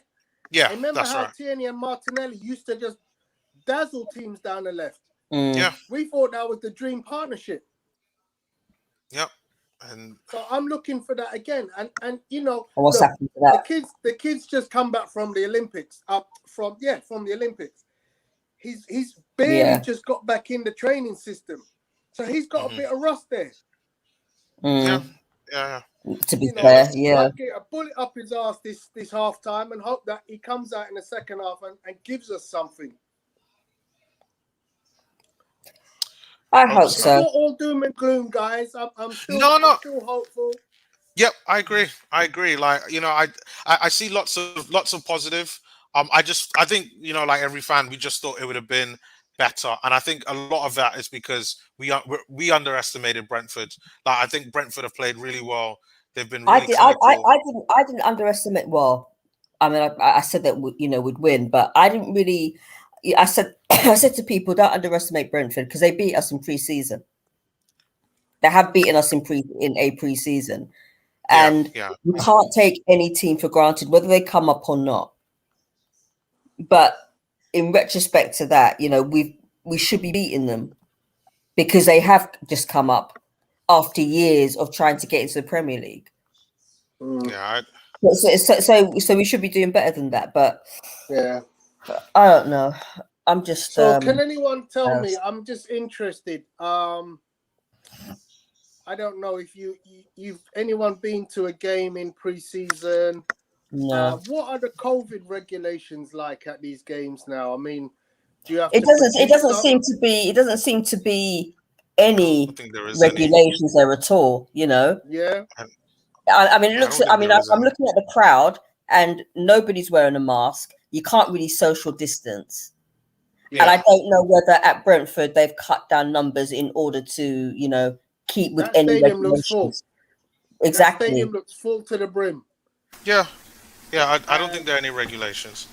I know that some of our pre-seasons there was some COVID regulation, but I don't know, guys, if anybody knows anything further about, do you have to produce a test or something, or I've heard that. I heard that that was a case at the Emirates, but I don't know. Okay. You'll have to ask Apollo that. Are you going next week, Ebony? No. Who is it next week? Chelsea at home, yeah? If I could get a ticket and I'm off work, then yeah. But I hope I get. Well, if I don't go, that'll be a good thing because I will not be a happy person.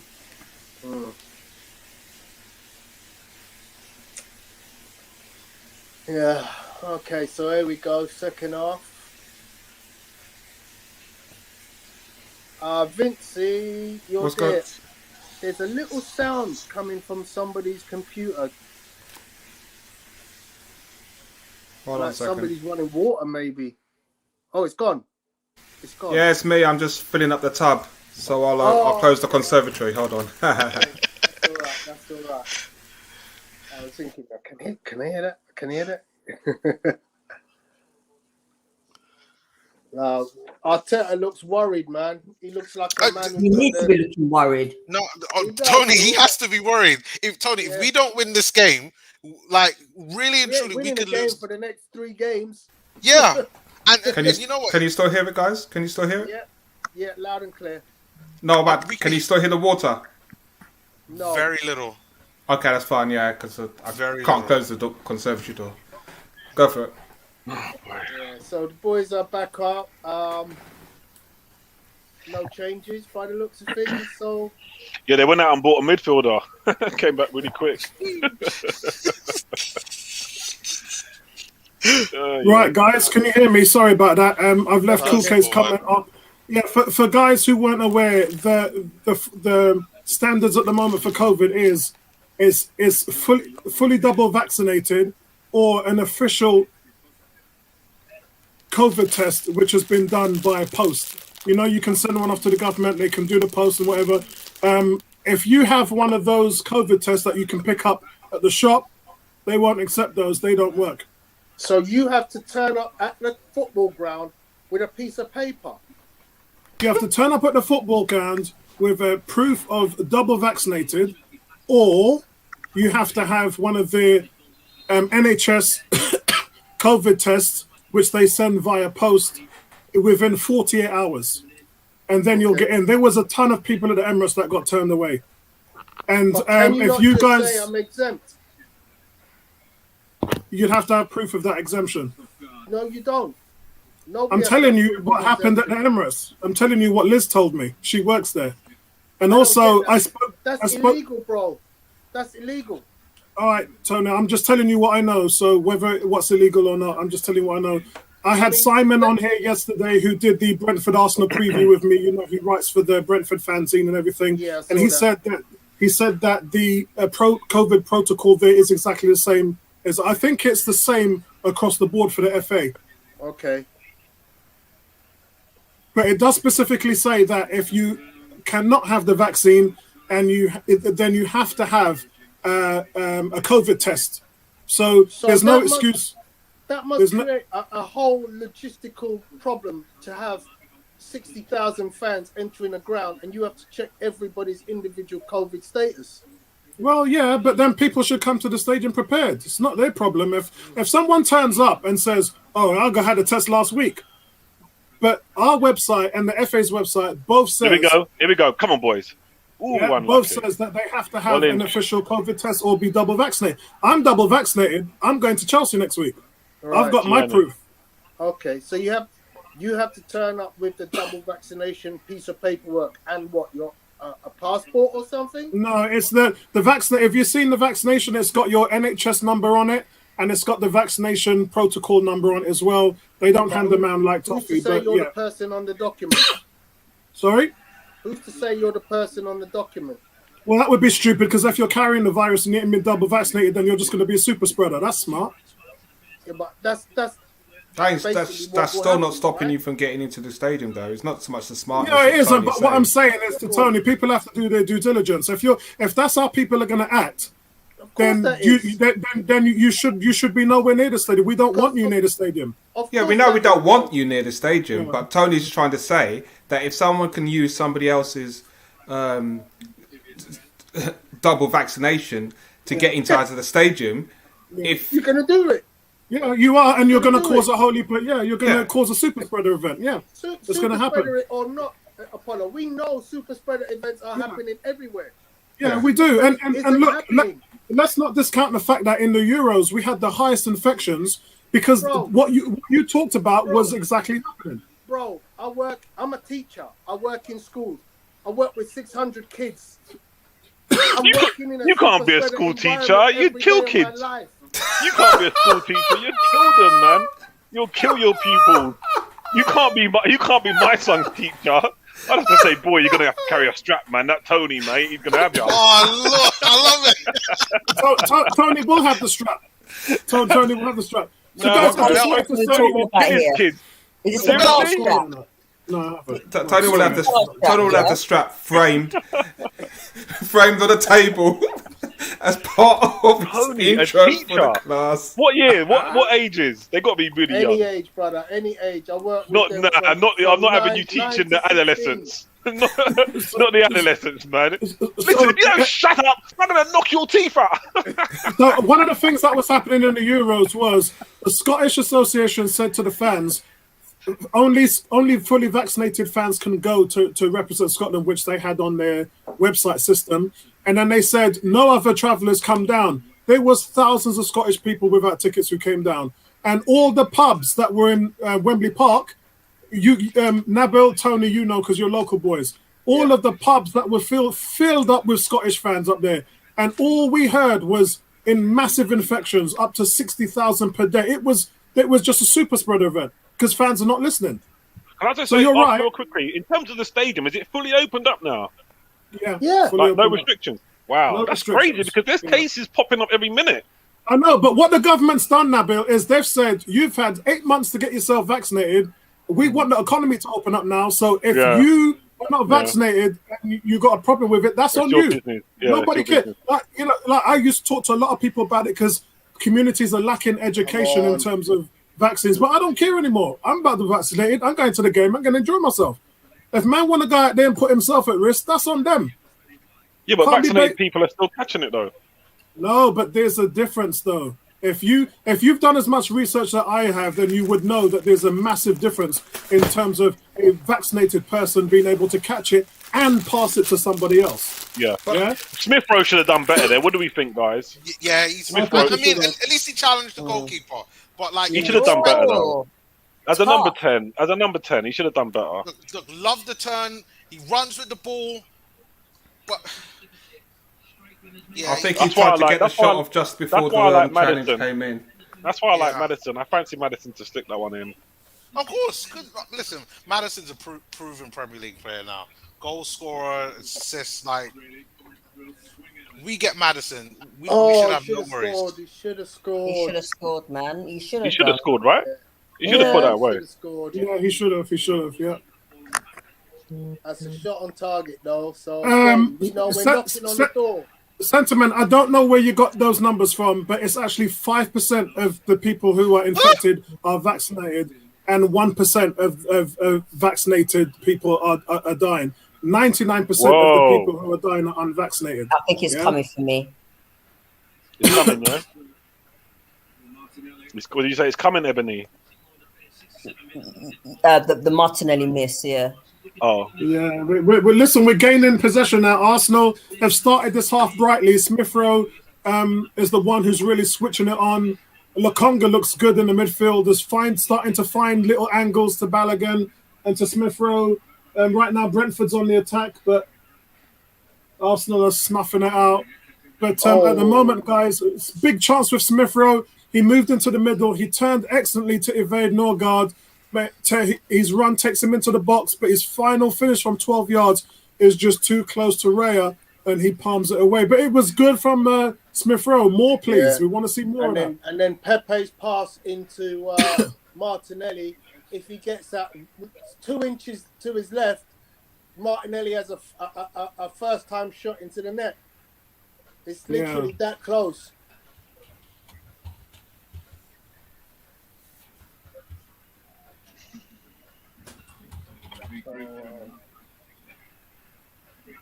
Yeah.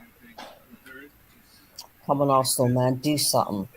So Andrew said, all of that. Yeah, that's all correct. Correct. Super spreader. Yeah, they're super spreader events essentially. The correct number, guys. The correct numbers for people who have been vaccinated, you have a 76% chance of passing it to. Of not passing it to other people. So in terms of you catching it and being a spreader is very limited. And those tests, if anybody wants any of those detailed tests and numbers, I can send them to them. I'm always there to help inboxing all the stuff that I study with scientists and doctors. Those are the only people I listen to. I don't listen to foolishness and scaremongering and misinformation. I don't listen to social media for that stuff. So the percentage of people who get COVID, still the number is less than 2%, right? Not necessarily. Everyone can catch COVID. Yeah, but the percentage of people who catch COVID and die is still less than 2%. No, that's not correct. That's always been the case, Apollo. Yeah, the case. Sorry, Tony. We talked about this before, and I actually sent you the numbers on numerous occasions. It used to be. It used to be way higher. At one point, it was 17%. We were the second highest in the world. It's settled down now. In the UK, it's actually 3%. And there's a lot of reasons for that because obviously they know how to treat people who have it, so less people are dying like myself. And the virus is filtering out now. It's been there for nearly 18 months. The first transition was from bat to human, which was very... Remember, 17% included people who died from a car crash and had COVID. And that was recorded as COVID death. Yeah? No, that's bullshit. Yeah. Oh, come on, bro. I'm not bullshitting you. Tony, Tony, you know my customer in Watford's the one that gives the NHS the numbers. That's the truth. So where are you going with that? That was something that the Sun and Daily Mail printed, which the government used to fudge their numbers. So this has got nothing to do with that. This is official numbers that I'm telling you from the NHS. And my company provides the numbers for that. Yeah, so it's got nothing to do with what you read. You know that. Tony, I'm just gonna add. Or the Daily Mail. I'm just gonna add that, with all due respect, the Sun and the Daily Mail aren't the only ones that. The Sun and the Daily Mail are doing what they're doing, but when people are in the actual hospitals are telling you, and telling me, and telling people that I know that this situation is the case, I'm not just relying on the information that the Sun and the Daily Mail are saying.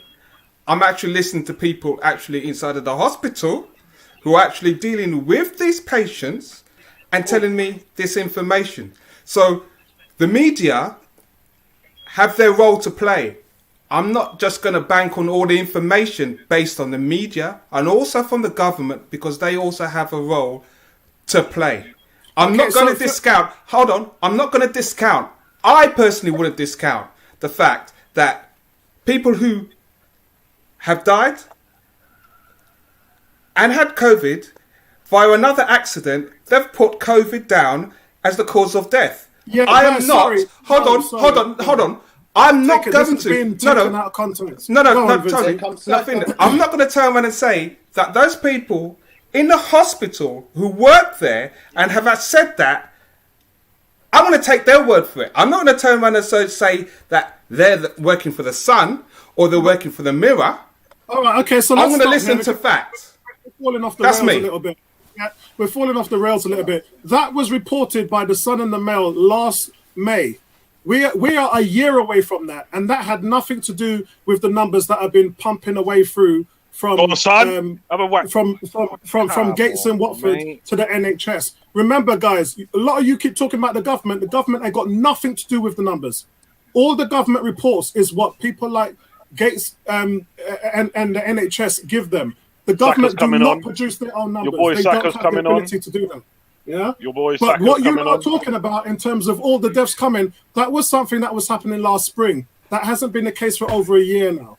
Your boy Saka's coming on. Yeah. Where's Willian? Where's the star player? The star man? keep the clown off. Where's the match winner? Willian. Come on, let's have ya. So Pepe's coming off. Yeah, it's because I think it's not his day today. The guys, Arsenal improving a prolonged spell of possession. They just haven't done anything about it. I think it's the right time to make changes now because you've really. Someone go and get William for me. Where's William? He gone to the kebab shop. No. We we don't want William. We don't want William. William's gone to the kebab shop. He'll be back in a minute. So guys, Saka gets a standing ovation. Saka gets a standing ovation from the Brentford fans. That is fantastic to see. He got one last week against the Spurs fans. Ebony just shouting out her boy right there. Well done to Brentford there. Big gesture from the Pepe coming off. It's Martinelli. Is it Martinelli come off? Really? It looks No. It isn't. I'm sure it's Pepe. Balogun. Oh, it's Balogun. Looks like Martinelli's going up front. Yeah. Frederick is saying Arteta is failing us. We need a coach. Nay saying Saka coming on to save the day. The young lion is coming on to save the day. That's great. I love that. He's getting the respect that he's due. You know what? I hope all the other two as well, Sancho and Rashford, when they go up in the pitches in the Premier League, get that as well. Yeah, they need. That was just a brilliant ovation there for Saka. Saka's getting bare respect, you know. He needs to, man. Them young lions got to look after the pitney, them, man. But Lokonga's been excellent, man. He's taking a shot. He's been the best player, Lokonga. Best player for Arsenal. Unlucky. Right in the palm of the goalkeeper. Yeah. But anything can happen, Ebony. You know, goalkeeper could have slipped it, gone between his legs. You don't know if you don't try, innit? This isn't Leno we're talking about here. Yeah, but I mean, rare. The amount of times Steven Gerrard and Frank Lampard got their goals doing just that. If that gets a deflection off somebody's legs, it's going in the back of the net. You don't know unless you try, man. Yeah, but this is Brentford. You know, they've got us down to a T. Brentford have got an injury right now. I think that might be their new signing. Was it a JR? Yeah, I'm just checking this out now. So just so you guys are aware, we're still running at 60% possession. 60% possession in the second half. We now had 9 shots against 5. We've had 3 on target. Sandy, Tierney and Smith Rowe now have had shots on target. So we're knocking on the door. We're knocking on the door. What about the tackles one? Sorry? What about the tackles? Sorry. They've won more tackles, haven't they? That is massive for Brentford. 13-3. Then that tells you today it's our defense hasn't been great. Well, what it says is we're the attacking team, and they're having to defend in numbers, and they're doing a good job defending. But we are knocking on the door. And the thing is, you got to look at it. It's quality. It's the quality of chances, and we're slowly improving our game. And this is what's going to happen. First game of the season, you're not going to walk over Brentford, a team that's just recently come up to the Premier League, and not this team, man. We did it last year. Don't forget Fulham last year. Bank them. Yeah, but this team. Same team, wasn't it? Pretty much. Same team in name. Bloody hell. I think we need to score a goal now, Yeah, I do. I think the momentum is there, and really, it's the time is now. Damn. Big shout out to Mark T. Mark T says, Mark T, what's it got here? It says, predict short odds on Arsenal being bottom of the league when the window closes. I think that we could be looking at that, mate. Somebody sent a message here saying that Arsenal will be in a relegated position after the week 4 or something like that. And it was players to actually dig us out again. The stylist is saying, with Chelsea and City coming up, we'll be in 20th place before the international break. We can't even give even half of the season. Yeah.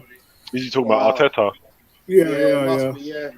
And that's not a bad shout, because you've got to kind of look at the next 2 games and think, well, boy, we could be in that position.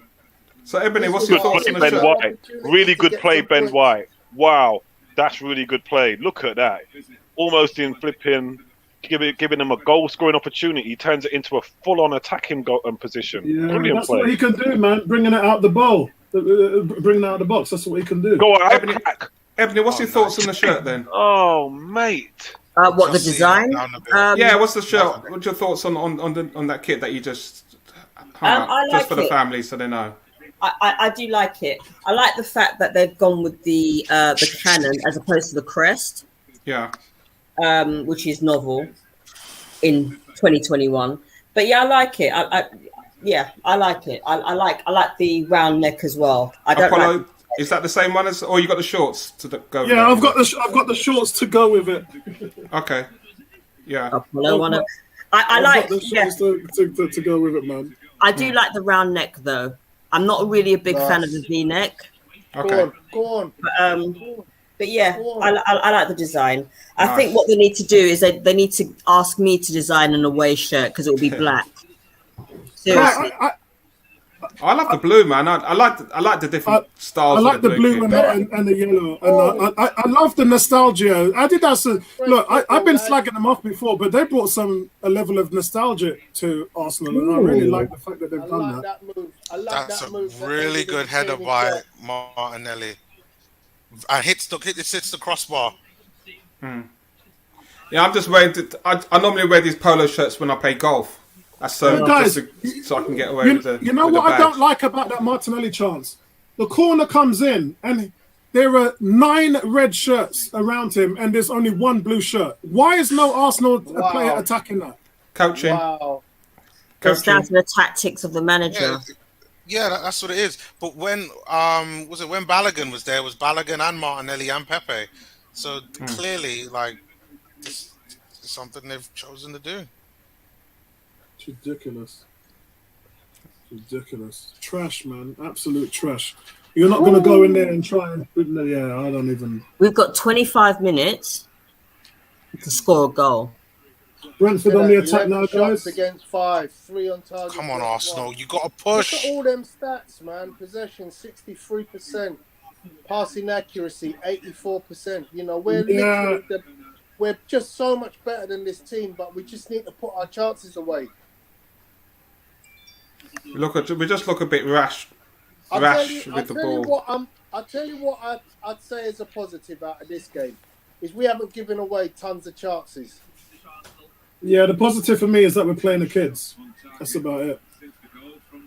Oh, and Lokonga's one more. Oh, Lord. And Tony just says we're not giving away chances. Listen, Arsenal. We're not using the ball. We're not using the ball intelligently when we've got it. That's what the stats that you just read out there, Tony, tells me. 2-0. Leno's made 2 back-to-back saves, by the way. The first one was where against I think is he offside? He looks like he's offside to me. It looks like he's offside. It was a great save by Leno. I'm going to give him credit. And Tony, they're knocking the ball up to Tony, and Tony's flicking the head. He's knocking it down for all of their forwards. Lewis said this team is killing me. Wow. It's killing us all. Yeah. Time and time again, Tony looks like he's beating Mari. Mari's 6'4", by the way. But he doesn't use his height very well, does he? He's jumping him every single time. He just doesn't use his height. Yeah, but Tony's a beast, man. Chambers' shot was blocked there. That's a shame because it looked like it was on target. We desperately need something, man.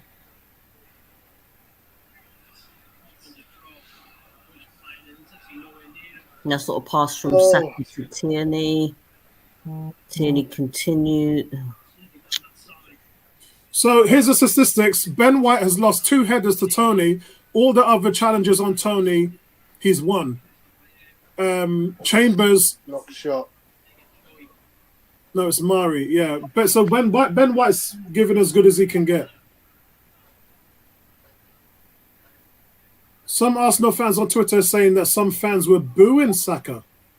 Really? What? Why? Yeah, because they're racist. Yeah, obviously because they're racist. Because they're racist. Let's say what it is. Let's be honest, guys. England fans are like that. We know that we've seen it years. It's nothing new for us. You expect Smith Rowe crosses the ball into the Arsenal box. Nobody is within 10 yards. What is wrong with the possession?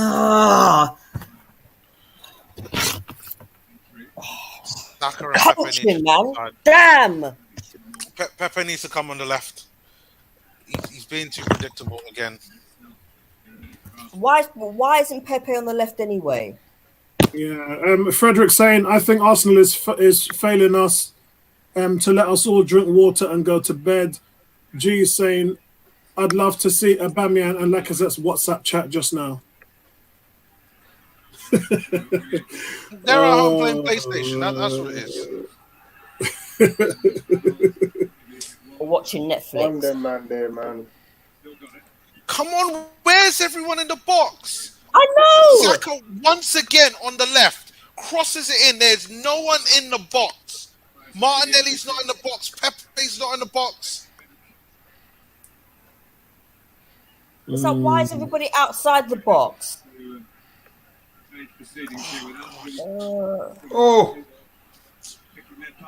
Chambers checks the ball in on the right, but it just overshoots. Whoa! That was the one who should not be named. Yeah, Xhaka just blew it over the bar. Xhaka just did a Thomas Partey. Mind you, I shouldn't say that. Thomas Partey's shooting skills have way improved. Yeah, but he still hasn't scored a goal. When you say improved, as Tony says, improved. Yeah, I mean, hit the back of the net or what? Times, so. You know what I'm saying? I know improvement, man. I ain't saying improvement. And how are we doing under Neomis watch? All right, Andrew saying Neomis is combusting.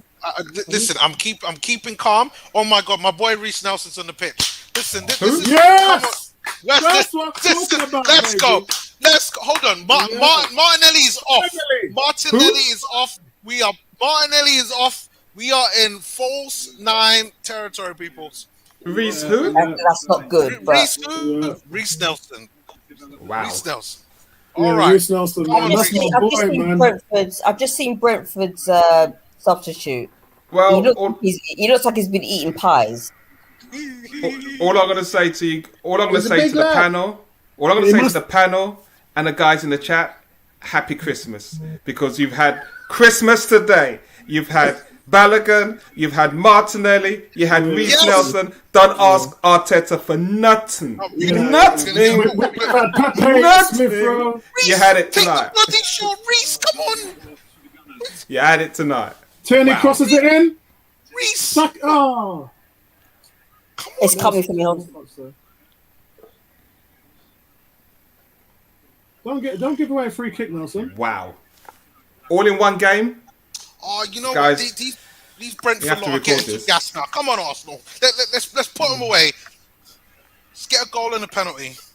Let's get the 3 Look points. how fired up the Brentford manager is, throwing his hands up into the air while Arteta just sits. Where is he? Is he German? Danish. Come on, Reece. Danish. Okay.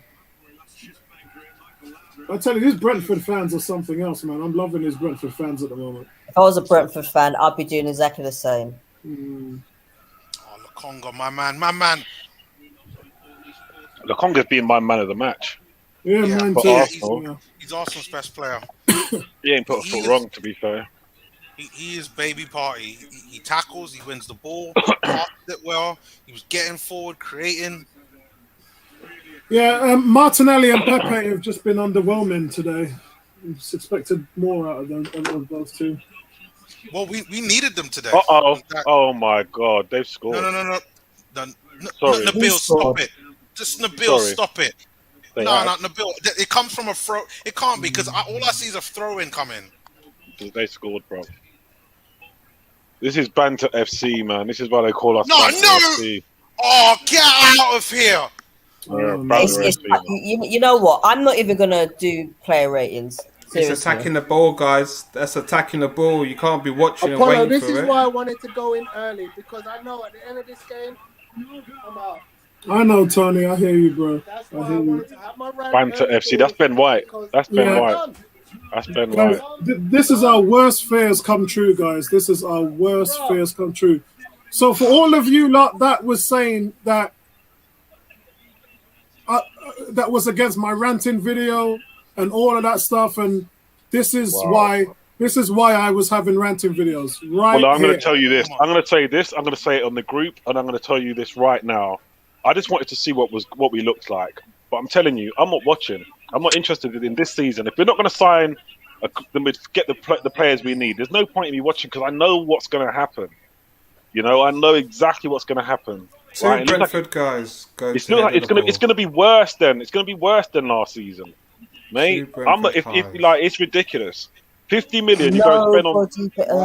But you know what? Pablo Mari turned around to Ben White and actually told him, watch the runners. He pointed back and said to Ben White, watch the runners. Ben White turns his head once and then just ignores it. Yeah. And he's right. I just seen it. Follow. Did you see it? We need your boy. I knew it was Ben White. I knew it was Ben White from the very first clip I saw. I said that's if I was Holding, I would get as far away as this from this mess. If I was Rob Holding, I would take the first train out of here. Because none of the fans don't respect Rob Holding. They don't. No matter what the guy does, they still slag him off. If I was him, I'd leave. I love Rob Holding. Yeah, Me too. But Ben White can play the ball better than Rob Holding. But Rob Holding's a solid defender. He's a solid defender, Rob Holding. You know, I don't think he'd get you in that sort of mess. That is Ben White's fault. He's gonna have to take the blame for that. This is embarrassing. This is embarrassing. It's more than embarrassing now. It's like I can't even show my face anymore. I literally can't show my face anymore, man. We've been out-muscled in midfield, and we've been out-tackled, and we've been outscored. But I'll tell you what. Out-defended as well. I'll tell you something, though, and I'll say this on the group as well. But until Arsenal fans drive out Stan Kroenke, don't expect anything to change. Until we get just him, bro. It's the whole thing, mate. It's the whole regime. Kroenke needs to go. Edu needs to go. Arteta needs to go. They need to get back to being a professional football club, not some flipping. You know, what does Kroenke know about football? What does Josh know about football? Edu's, fair enough. Give him a chance, but nah, mate. Honestly, the whole regime needs changing. We need to get rid of Kroenke. We need to get someone like Eke. We need to get someone in who's going to spend the money that we need and stop giving up stupid. But you know, so this is why I agree with Tony, because the board are providing money. Josh Kroenke it's not enough. Where's the money now then? So why aren't we buying Maddison? Listen, Nabil, I just want you to know, Nabil, I'm not disagreeing with you, but what I'm saying to you is, no, for every team, money is not enough. We moan because our owners don't put money in. But where's the money? Tell me about this money. Just because we bought Pepe on flipping tick, we got money. We spent 306 million in the last 3 summers, including this. So it's still not enough. But that's a team that's had back-to-back losses. They're losing money. Well, that's how it works. How long did Chelsea record losses before they started making profit? Now they're making more profit than us. But guys, it's not about money. It's not about money. Yeah, it's not about. For 27 years, I've made profit. Guys, stop it. Really stop it. Okay. If you stop and you look how much money Arsenal have spent, they've spent money, and you're going to say, well, you need to get more. Yeah, Arsenal Football Club, are not professional when they're using the money. Okay, right. They're not professional in their day-to-day management with their sponsorship. Arsenal Football Club, for a self-sustained model, are imploding. Yeah, they need to sort those things out. No, they don't. Nabil. Hold on. Let me finish. Okay, you can't say it's not the case because season after season, you're witnessing it on the pitch. I'm not saying. You're witnessing it on the pitch. You're witnessing it from the top. It comes from the top. Standards. I can't see one bit of standard other than the history. Vincey, the point I'm making, is I agree with you. But my thing is, it's because the club is being run by people who don't know what they're doing. It's not just about money, it's about know-how. This is why I want Daniel Ekin, because at least he's got a plan. He's talking about bringing in people that know the game, understand the game, years of experience, and got great ideas, and they know how it works. I'm not just talking about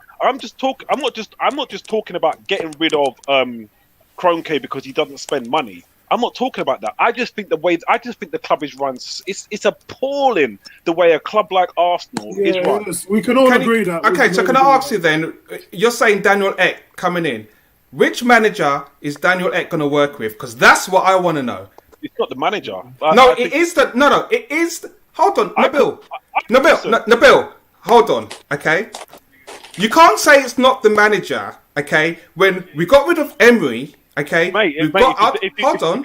If you'd let me finish. Okay, you finish. If you let me finish, I was going to say it's not the manager right now. For me, I could even keep Arteta. For me, it's like CEO level. It's like, we had Gazidis, we had, what's his face before him? Daniel Dean. It's that role. It's the person who's running the club for the man, because Daniel Ek don't know how to run a football club. Neither does Stan or Josh. It's that David Dean position. It's the CEO. It's the MD. It's that position that I want to see, where you got a real footballing person in there. When we had Raul, I liked it. When we had Sven, I liked it, because these are real footballing people. Fair enough. I don't know what they've done, but for me, that's the caliber of people you need running the club. People who know what they're bloody doing. So you tell me, so you're saying that Arteta is not the problem. I'm not saying that. I'm not saying that. But hold on. Let me finish. Nabil, can I finish? Can I finish? Can I finish? I'm just saying he's. But can I finish what I'm saying? Because you're not allowing me to finish what I'm saying. But you keep saying that I haven't finished, and I'm not saying that. But you keep Nabil, saying you're saying this. Hold on, Nabil. You said Arteta. Okay, I allowed you to speak. You haven't allowed me to finish speaking. Okay. What I'm trying to say is the manager, Arsenal's problem right now, board, Edu, Vinay, and Arteta, and any Arsenal fan who's going to be on this stream, on the media, who's going to turn around and say that Arteta does not have problems, I can't help you when it comes to football. Because he's not managing, he's not coaching, and he's not developing this team with what he's got to play attractive football. You can't blame Stan for him not being able to get to be able to put out a formation on the pitch that makes sense. You can't cover that nonsense. Yeah, I hear what you're saying, but the point I'm making, and I'm just going to say it one more time just to make it totally clear. I don't mind if you want to get rid of all of them, but for me, the priority positions, I feel like you've got to start with top, the foundation. You start with the owner, then you go down to the CEO, the managing directors, the directors of football, the club, the people that run the club. Even if you changed all of that and kept Arteta in, it would still be better. I don't mind if you take him with you. Fling out all of them. I don't really care. But I'm just saying, for me, the priority is the head. That's the priority. You can talk about Arteta all you like. I don't give a monkeys. I don't really care. Because that's not, for me, that's not my thing. If you'd send me in there and say to me, clean it out from the top, I'm going to go in there. I'm going to get rid of Kroenke first. Get rid of Josh second. And I want the people who know how to run a football club in there. And that's why I'm saying you. That's why I'm saying. And then we'll look at the manager. And that's why I'm saying no Arsenal fan should be shocked right now to what you're seeing right now. From last season to now, no Arsenal fan should be shocked. It's not about being negative. It's not about being positive. You've got to be real. Real to what the situation is. I love this club, yeah? I love football. But I can separate between my love for Arsenal and how the game of football is supposed to be played effectively. I can separate that. Yeah, I mean, I agree with you, because I tell you what, Arteta's had enough time at the club. For me, when I look at our approach play, I said it earlier on, when I look at our approach play, when I look at how our possession play, when I look at how we knock it about, I'm like, who's coaching? Who's coaching this team? And that's where I'm at, because I'm Arteta's biggest fan. I can't even defend him anymore. No, you can't. I can't do it. I can't do it. If you can talk about anything else, but as a football club, the game of football, you've got to have a little bit of an identity. This is Arsenal. You've got to be able to knock the ball about. You've got to be able to have a nice bit of approach play. We used to talk about this every bloody podcast, every time we was here. Well, that's what makes it worse. That's what makes it worse, Nabil. What we've been talking about over the months and over the years were warning signs. And if the warning signs didn't trigger a response, then it would continue to regress. And right now, we're witnessing before our very eyes the complete and utter regression of Arsenal Football Club. Yeah, and this is the thing. And I mean, the thing is, I'm not going to disagree with anyone tonight. I'm not going to disagree with anyone tonight. You can call Arteta out. You can call Edu out. You can, because for me, everybody. We know this club. Come on, we know this club from Hillwood days and Fitzman's days. I've dragged them all back, because these are real football people who know how to run a football club. Yeah, they sold us down the river, but they know how to run a football club. These guys, they ain't got a clue, mate. Yeah, they haven't got a clue. Tell, they ain't got a clue, bruv. Apollo, is there a spam? Is there spam in the chat? Okay, I'll sort that out. I'll block him. It's ridiculous. I'll block it's that ridiculous. guy. So. And the thing is, whether it be Arteta, whether it be Edu, whether it be the money or whatever, we all sit here, we're watching every game, we're analysing every game. I'll say it till I'm blue in the face. If it was me, the first position I'm taking care of is midfield. I don't know if it's going to be an attack midfielder or if it's going to be a ball-playing centre midfielder who can literally dominate games. I don't know who it's going to be, but that midfield is getting sorted out for me. And when I come back and I look at this, I'm like, whoa, it's not worth watching. You know exactly what's going to happen. Yeah, I mean, Cool K's just put a comment on here. Wenger looking like a real Don, though, boys. Remember the times that we were upset with fourth place? Now we're spending more than we did 20 years ago with Wenger at the top half of the table. Another top half of the table is a challenge. Yeah, it's crazy though, because if we'd have spent that money then, it would have been different. And it's not just about Wenger, because what it is, I was Wenger out, right? And I don't regret being Wenger out. But when I was saying Wenger out, I weren't like Wenger out and any old chump come in. Yeah. You know, we wanted Klopp, we wanted Pep, we wanted proper, decent managers, better than Wenger. We didn't just want anybody in. Let's have a try with this one. Let's have a try with that one. No, that's not what we wanted.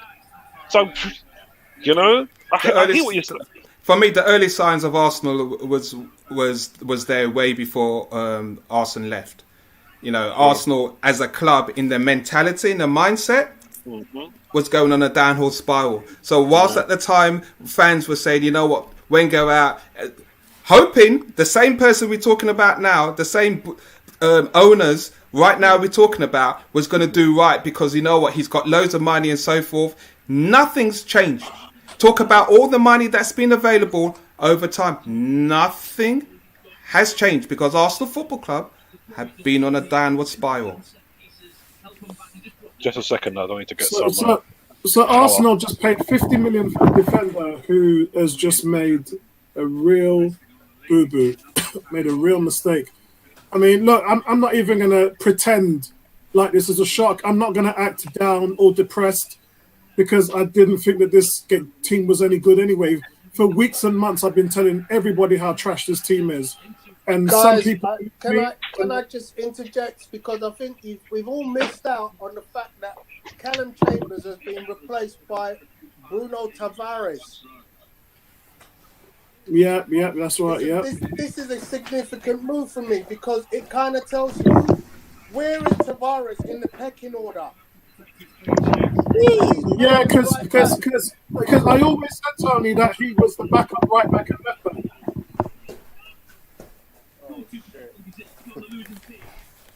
Yeah, I mean, this is heartbreaking, man. To watch, all of us, we're of decent age. Tony's got that shirt on. We've been watching our team for years, and like this is just unrecognizable stuff. There's not even any spirit in this club anymore, man.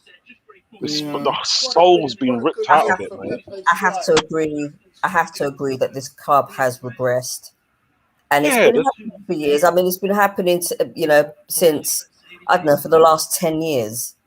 But nobody wanted to hit 10 years ago. Yeah, it's hard for like Ebony, Tom Aston. I don't know if I'm going to call him. I think I'll phone him after the game because Tom's just like, he's super positive, and a game like this just breaks you. The higher your expectation, the harder you fall. And I'd like to see some positivity out of this. I'd like to see where that's going to come from on after a game like this. Ain't going to come from me. That's I try to be optimistic as I can, and there's nothing to be optimistic about. Really, we'll beat Chelsea next week. It'll all come back. I don't think we will beat Chelsea. Chelsea, I mean, you're talking about... but they've got Lukaku now. Yeah, we're going to get murdered, mate. if this guy Tony is all over us and he ain't even quality, what's Lukaku going to do to us? Lukaku ain't playing next week. I told you that in the chat on Wednesday, bro. Does he really need to? Look what they did to us last week. They could have been us 8-0. Hang on. But don't forget, we had a goal disallowed. I know that. Goal. I know, but they were missing. They were missing chances at will, though. Let's be honest. Yeah. Agreed. See, they've started now. They're in the groups. I can't even go in my phone, man. My phone's just going to be. I'm just going to be the butt of all jokes. Every group I'm in. I'm not even going to go into the multi-team chat. Because you know what? As soon as we finish the stream, I'm going to go straight in the front room and I'm going to watch the first 3 episodes of Titans. You know what I'm watching? Do you watch Gomorrah? Not yet, no. Haven't you watched Gomorrah, the Italian show? No, send me, because you got me into Dark. Remember that Dark, series? brilliant. Yeah. You like Dark? Yeah, I liked it, man. I watched it twice. I watched the whole thing twice. Nice, man. I'll be rewatching series 2 of Sex Education. Okay. Wow. All right, everybody over to Ebony's then. I'm gonna watch. I got Superman and Lois to watch. I got Stargirl to watch, and the first 3 episodes of Titans. I'm gonna be on that. I'm just gonna shut off, man. Gonna get my player ratings done. Actually, you know what? Let me start working on the player ratings now. I'm not you can't do player ratings. How can you do player ratings with this lot? Everybody gets 0 except for Lokonga. Lokonga gets about 5. No, Lokonga can get 8. Smith Rowe was nice. Fabi can get 7. Smith Rowe was all right. Fabrice is saying everyone isn't watching Love Island. I don't do reality TV, but some of these people might do. I don't do Love Island. It stinks. This is sad. It is. It's embarrassing. Really and sad. We've had more possession and we've done absolutely nothing with it. I just think we could have done better with the money, man. I don't know about Ben White and all of this, but come on, mate. Maddison, Odegaard, and then we missed out on Ben. Now, when we missed out on, was it Buendia? How you say his name? Now we've been missing out on him. Looks really stupid of us over a couple of minutes. So typical of us. Unbelievable. Pro Lover said, did someone say Leno was being held? What's up with that? It doesn't even matter now, because if you looked at my rant video on Wednesday, I discussed about VAR has not been Arsenal's friend at all. Had VAR not been there, Arsenal would have finished 4th in the table last season. That's how bad it was. G saying Apollo is right all along. It was Agatha all along. That's a Marvel reference. That is one division. Randall, big shout out to Randall. Randall saying, "Wow, I just can't believe what I'm seeing." That's the thing, Randall. We can believe what we're seeing because these are the things we've been talking about for weeks, for months. My last 3 rant videos on my channel was all about this. This is what it was all about, Randall. I was warning everybody, and I even said, temper your expectations. Don't expect too much out of this team because the more you expect from them, the harder you're going to fall. So I don't expect nothing from them. I look at this game like, yeah. I don't think Lacazette and Oba were ill either. I wouldn't be surprised if they weren't. All right, Nabil, I can't tell you what I've been told, but all I can say to you is you're right. I don't think they're ill. 2 players just both ill. Ill with what? What do you mean ill? When was the last time you was ill? Do you know what I mean? Nabil, when was the last time you was ill? Who gets ill? What do you mean Nabil, ill? If I say something, that person's going to know I'll open my mouth. So I'm just going to say... Don't say nothing. What I'm going to say is the report was out today that Arsenal are ready to sell Aubameyang. Yeah, there you go. There's been some kickoff. CJ just said... Replace him with who? Yeah, CJ just said, what did I tell you guys? Yeah, you were right. You were right. All I'm going to say is 100%. Selling bomber clot. Mike Jones. Yeah, I agree. Tony, you can say that, but as you can see, you ain't got the reinforcements. You're going to need to buy someone. Yeah, These boys ain't ready right now. Huh? We need to buy. Yeah, we need to buy. Listen, buy who? And we've got what? 2 weeks left. Buy who? We need an attacking player. If you're going to sell Aubameyang, you're going to need to buy. If you're going to sell Lacazette, you're going to need to buy. I'm sorry, guys. You can't say buy who because everybody else is buying players. Exactly. Where did Danny Ings just Exactly. Where did Danny Ings go? Hang on a second. Tammy Abraham might not be everybody's flavour, but man is moving. Yeah. Olivier Giroud just left. Yeah. There's a whole bunch of players are moving around for funny games. Memphis Depay's gone here, and Arsenal are gazing. He's true. He's right. I'm sorry. It's not about People say by who you're not watching football. Tony, can I just say? People are moving all over Europe. Tony, can I just say in regards to what you're saying? When people say by who, you can name whoever you want. Okay. Yes. You can name whoever you want, but you have a manager who only wants a specific type of players. That is the problem. And I know most managers are like that, but he's got to be able to work with the players he's got and those who's coming in, be able to work his system, his ethics with them. It's very telling. The players that he does have and he has had, what is he doing with them?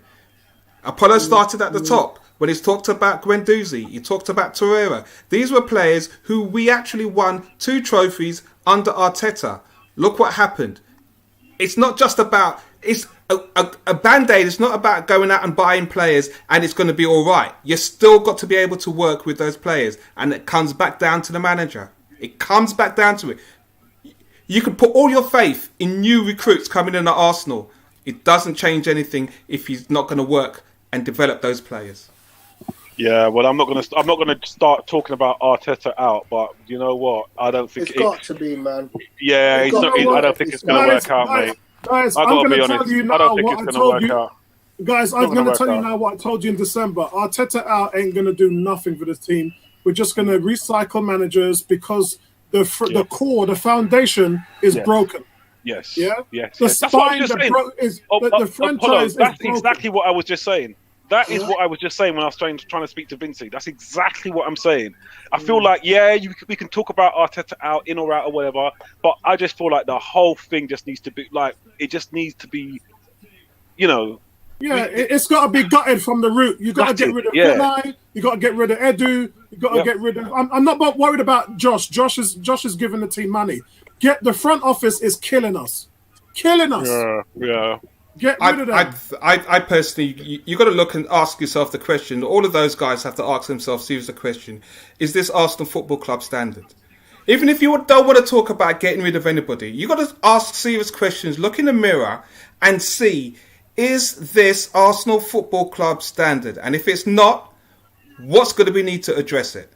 Be real. Vincey, they don't even know what Arsenal Football Club standard is. They have people in connections. Arteta talks with Arsene Wenger. I'm not buying that. There's history. We've got to stop making excuses for these guys. Stop making excuses for this. This is a football club. Making excuses this for is those in charge of our Arsenal Football Club making decisions. We have standards, But we have here's the values, thing. and Josh as Tony is the said, one who's we're a employing big these guys. club. We Josh is are the- a big club in world football. Josh is the one who's employing these guys. What the hell does he know? You know, that's what I'm saying. When people try to take it off Josh, just because it's not all just their money. They're running the club. It's their club. They've got to know what they're doing. Yeah. They've got to know what they're doing. They're just employing stiffs every minute. They don't know who they're employing. They don't know what sort of system are they using to vet people. The I'm club is a capping Brentford. hierarchy. The club is a hierarchy. You know, I'm it's not giving a just- crap. Sorry to That's cut the you, thing. Nabil. Sorry to when cut you look you. at when you look at Brentford. when you look at clubs like Liverpool, when you look at clubs like Man United, when you look at clubs like Barcelona, Madrid, even Chelsea done it. You know, you've got to build a kind of. It's not just Abramovich; it's those underneath him. You know, there's a mixed race guy at Chelsea. I've forgotten his name. I think it's Ermentol or something like that. You must know him, Vincey. Light skinned guy. Now he's the man at Chelsea. Proper man, knows his stuff. Don't hear much about him. You think it's Abramovich. What does Abramovich know? There's a guy at Chelsea who's just underneath Abramovich, a mixed race guy, kind of stocky. He looks a bit like well, he looks a bit like he looks a bit nah. You don't know Frank. Frank's a kickboxer. He looks a bit like Frank from Holland. But yeah, Are you talking about Frank from Alperton? Frank the kickboxer. No, you're talking about Frank from Harlesden. Yeah. He's kind of like him. He looks a bit right, like right. him as well. But Yeah. he's got that sort of light skin kind of curly hair type of look. But he's the man at Chelsea. You never hear nothing about him. You never hear his name in the news. Never see him in the papers. Pictures, nothing. But that guy is a football guy from Holland or somewhere like that. Dutch guy. He knows his stuff. These are the type of people we don't have, which is why when we had Raul, I was doing backflips because I know him from Barcelona. I've known how long he's been at Barcelona doing his stuff. But I don't know what he done here, but it's a man like that we need here. Raul, Sven, these types of guys. Who we've got here as a hierarchy it's a shambles. It's an absolute shambles. It is. All right, guys. I'm going to fly around this really quick because, the situation here is just abysmal at the moment, and I don't want to spend too much time on this because I want to go in and start to watch some TV, snuggle up with my wife and Tim. So here's my ratings. I'm going to go with a 3 for Leno. His distribution was awful. God awful, appalling, and that's why we're not extending his contract. That's why we're looking for a solution. Callum Chambers, Kieran Toney. You know what? Toney played a decent game. I give him a 6. I think he tried to provide width, but none of the players in front of him really did that much. Martinelli, they weren't really on the overlap with him. He was doing everything himself, and he doubled up really on the flank, cut back, whipped in some lovely deliveries, but nobody contributed to getting on the end of them. I thought Tierney did okay today. Ben White, he didn't do a lot wrong. I think he had some nice clearances, but clear signs of him and Callum Chambers and Mari not playing together very long. And I'm sorry, I have to give Ben White a 4. He didn't have a good game at all. He was at fault for the second goal. Chambers is my guy. Sorry, but I'm giving him a 3. He shanked his clearance. He miskicked the clearance. Had he had done that, the ball would have been cleared. You cannot shank your clearance at that point in time. You have to know what you're doing. It's just bad defending, and I can't defend it. And Pablo Mari, he was clearly being targeted by Brentford. They came after him at every beck and spell, and they rinsed this guy. They absolutely rinsed it. He was exposed on his positioning. His stiff hips takes a long to turn. He was exposed, and his pace was exposed. And there has to be some questionable situations where why is Rob Holding on the bench and he's not starting? Obviously, he's not fit. If he's not fit, then why is he on the bench? David Luiz is sitting in a hotel in Brazil, enjoying the weather on vacation. Done a nice little article, by the way, yesterday. If any of you guys want to check it out, it's on the Daily Mail. They had a nice interview with him, and he's talking about what is he going to do. He's waiting for a call from any top teams because he wants to play in the Champions League. But honestly, today, Luiz would have been something. We would have had leadership at the back, and we sadly missed that. Why is a David Luiz sitting in a hotel doing nothing, and we've got Pablo Mari playing? It just, I don't know. Maybe that's just not something that can be discussed, because at least we know why Luiz was signed for an extension. But I digress. We move on to Lokonga. Lokonga, I gave a 6. I thought that he looked really impressive. His positional game was strong. In defensive situations, he plugged in the right gaps. Remember, I talked to you guys about gap play. Very important. Something the British game doesn't really work on. It's a very European model, a Dutch model, a German model. Ozil was brilliant at it. You don't need to run into a player and take a tackle. All you've got to do is shut off the passing lanes, and it forces the player to go backward with the ball. And I know a lot of Arsenal fans or English fans don't understand that type of play, but this is how this guy grew up in the Dutch leagues, and he perfected that to the hilt. Time and time again, he was just shutting off attacks, and he looked really, really good plugging in the hole. In terms of attacking, his output was a little bit limited because there wasn't much movement on the front end. Look, Brentford were really they really dug themselves in today, and Pepe and Martinelli's movement was a little disappointing, so didn't give Lokonga a lot to work with. So I'm hoping he improves, but I'm going to give him a 6. Smith Rowe, actually, I think Smith Rowe was probably my man of the match today. I think he was the one that was picking up dangerous positions. He was the one that was finding those little pockets, making the runs through, playing through balls through, pushing Arsenal ahead to excel, and could have had a goal a couple of times. But I think he really had a bright spot today. Pepe, so he gets a 6.5. Pepe gets a 5. I mean, and look, I'm going to talk about Pepe and Martinelli. But I just don't know what was happening. There are two biggest threats. Not doing anything, not a threat down flanks. Martinelli on the left, Pepe on the right. We got nothing from them. Absolutely nothing from them. That's not true. Well, you can talk about that in your ratings, Tony. You can talk about that in your ratings. And I think that don't lie, bro. The numbers don't lie. Yeah, but I'm talking about the eye test at the moment. So you can talk to me about the numbers when you get your chance.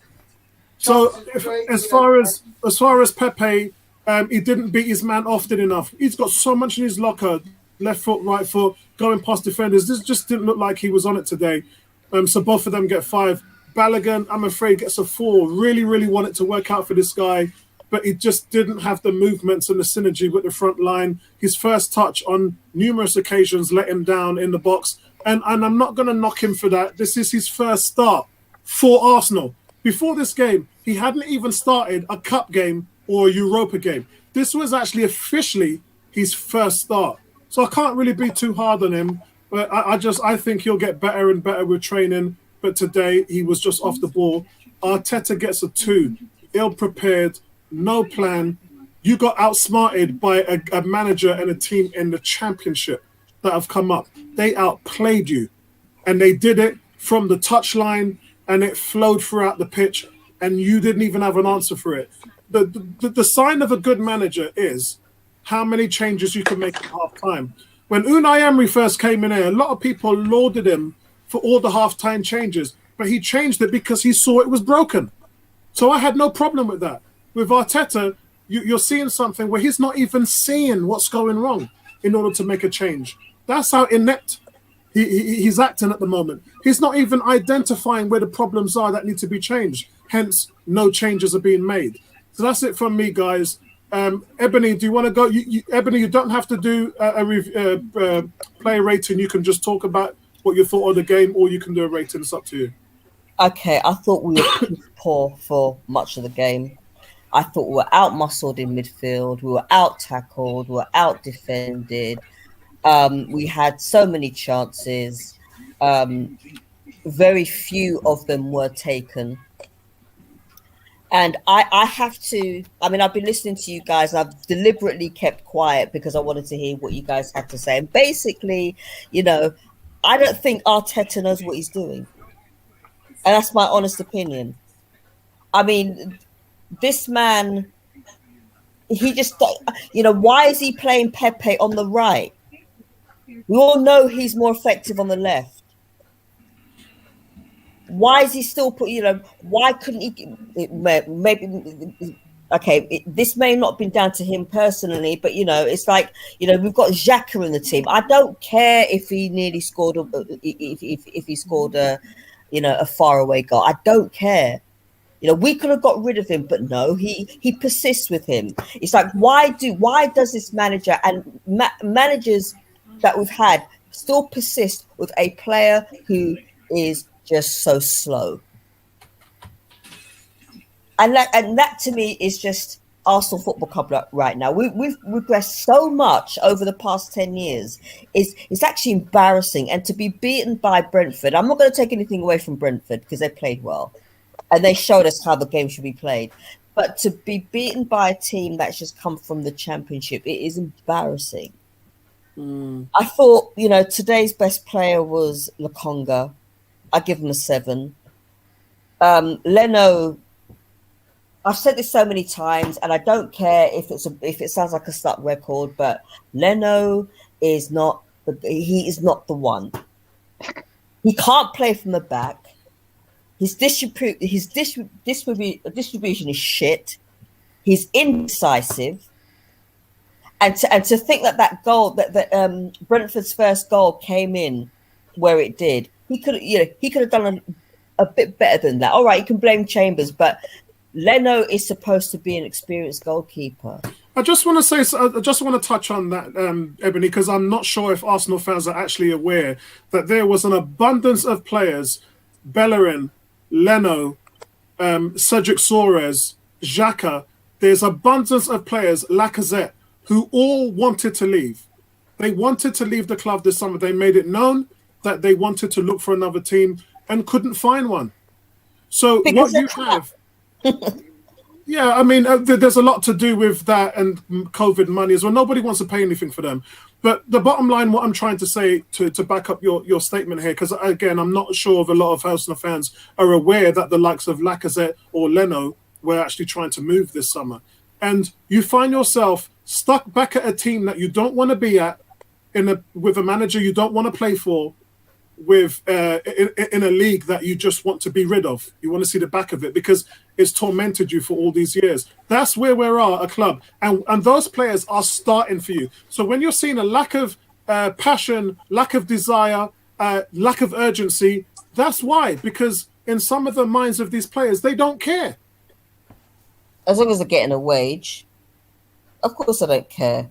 You know, and that's where we're at right now. We are at this place whereby we have an abundance of players that don't want to be there, but because nobody wants to buy them and or because of the pandemic, we have to start them. And we're just looking like also runs right now. And we've got Chelsea next week. Don't expect any points from them. I know in the predictions I said that we were going to draw, but that's just me being optimistic. But on today's game, don't expect anything. Man City. Ebony, you can change if you want. I've got them right here. All you got to do is tell me, and then I'll change the figures.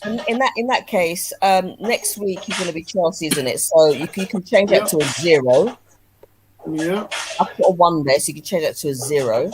Okay. Yeah. Man City stays 0. Yep. Norwich. Leave Norwich, leave Burnley, Spurs, what have I put down there? You can change, put that 3. Change that to a 1. Okay. Brighton, what have I put? I've put a 3 there. You can change that to a 1 as well, and leave the rest. Okay, excellent. So you've gone from 19 to 14. Yeah. Okay. That is how. Like I always say, I try to be as optimistic as I can. Oh, sorry, your league position. Did you say you said 7? I had you down to 6, which I think was wrong. What did you say it was? I didn't say league position. Okay, where do you think we're going to finish? In actual fact, you can put that to 8. All right, 8. Yeah. Okay. I try to be as optimistic as possible, but on today's performance, nah. I think I'll do a Nabil and just kind of not watch half the games because that's how pissed off I am at right now. So, Okay, is that it? Yeah. Yeah, I've had enough.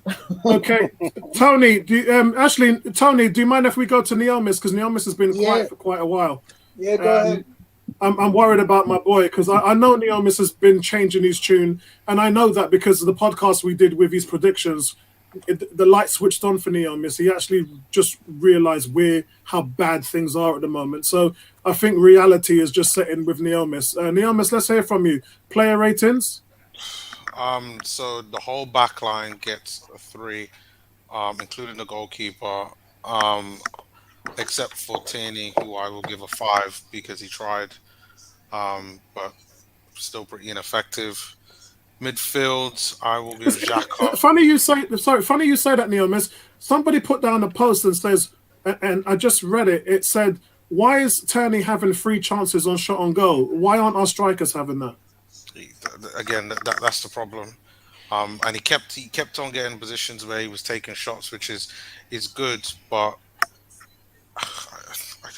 I really don't know. Like I when I did my ratings. For the season, first 10 games prediction, I was being real, and it's actually worse.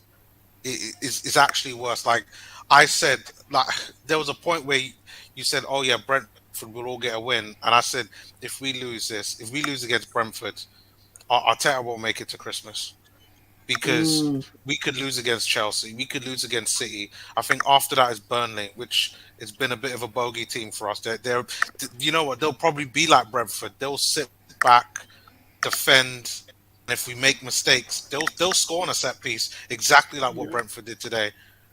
Tony and Vincey said we were going to draw. Not a single one of us said that Brentford was going to win. Yeah, and and I think that just comes down to listen. Brentford had a game plan. They defended a lot better than what I thought that they would. They didn't make any mistakes defensively. I thought that they'd make a number of mistakes that we could kind of capitalize on. I knew they would score because they had Ivan Toney, but I'm quite disappointed. If you want me to be honest, like I really am disappointed. But going back to the ratings, Xhaka I will give a 4. Lokonga I will give a 7. For me, he was Arsenal's best player. Definitely, he surprised me. He took it to another level.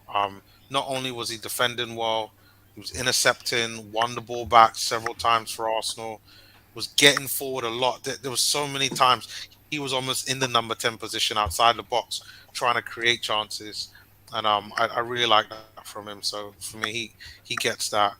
Smith Rowe, I'm gonna give a 5. I thought he was a bit average today. That he had some good moments, but like I expect more from him. Pepe, I'm probably gonna give a 4. What? No, I need more from him. He was poor. With Lacazette and Aubameyang out, this game was designed for the wide players, particularly with Pepe being the most experienced one to come up, to stand up, and really take this game. Now that's what I said to Tony. Martinelli and Pepe, they're the most two I'm disappointed in. I thought Smith Rowe did okay today.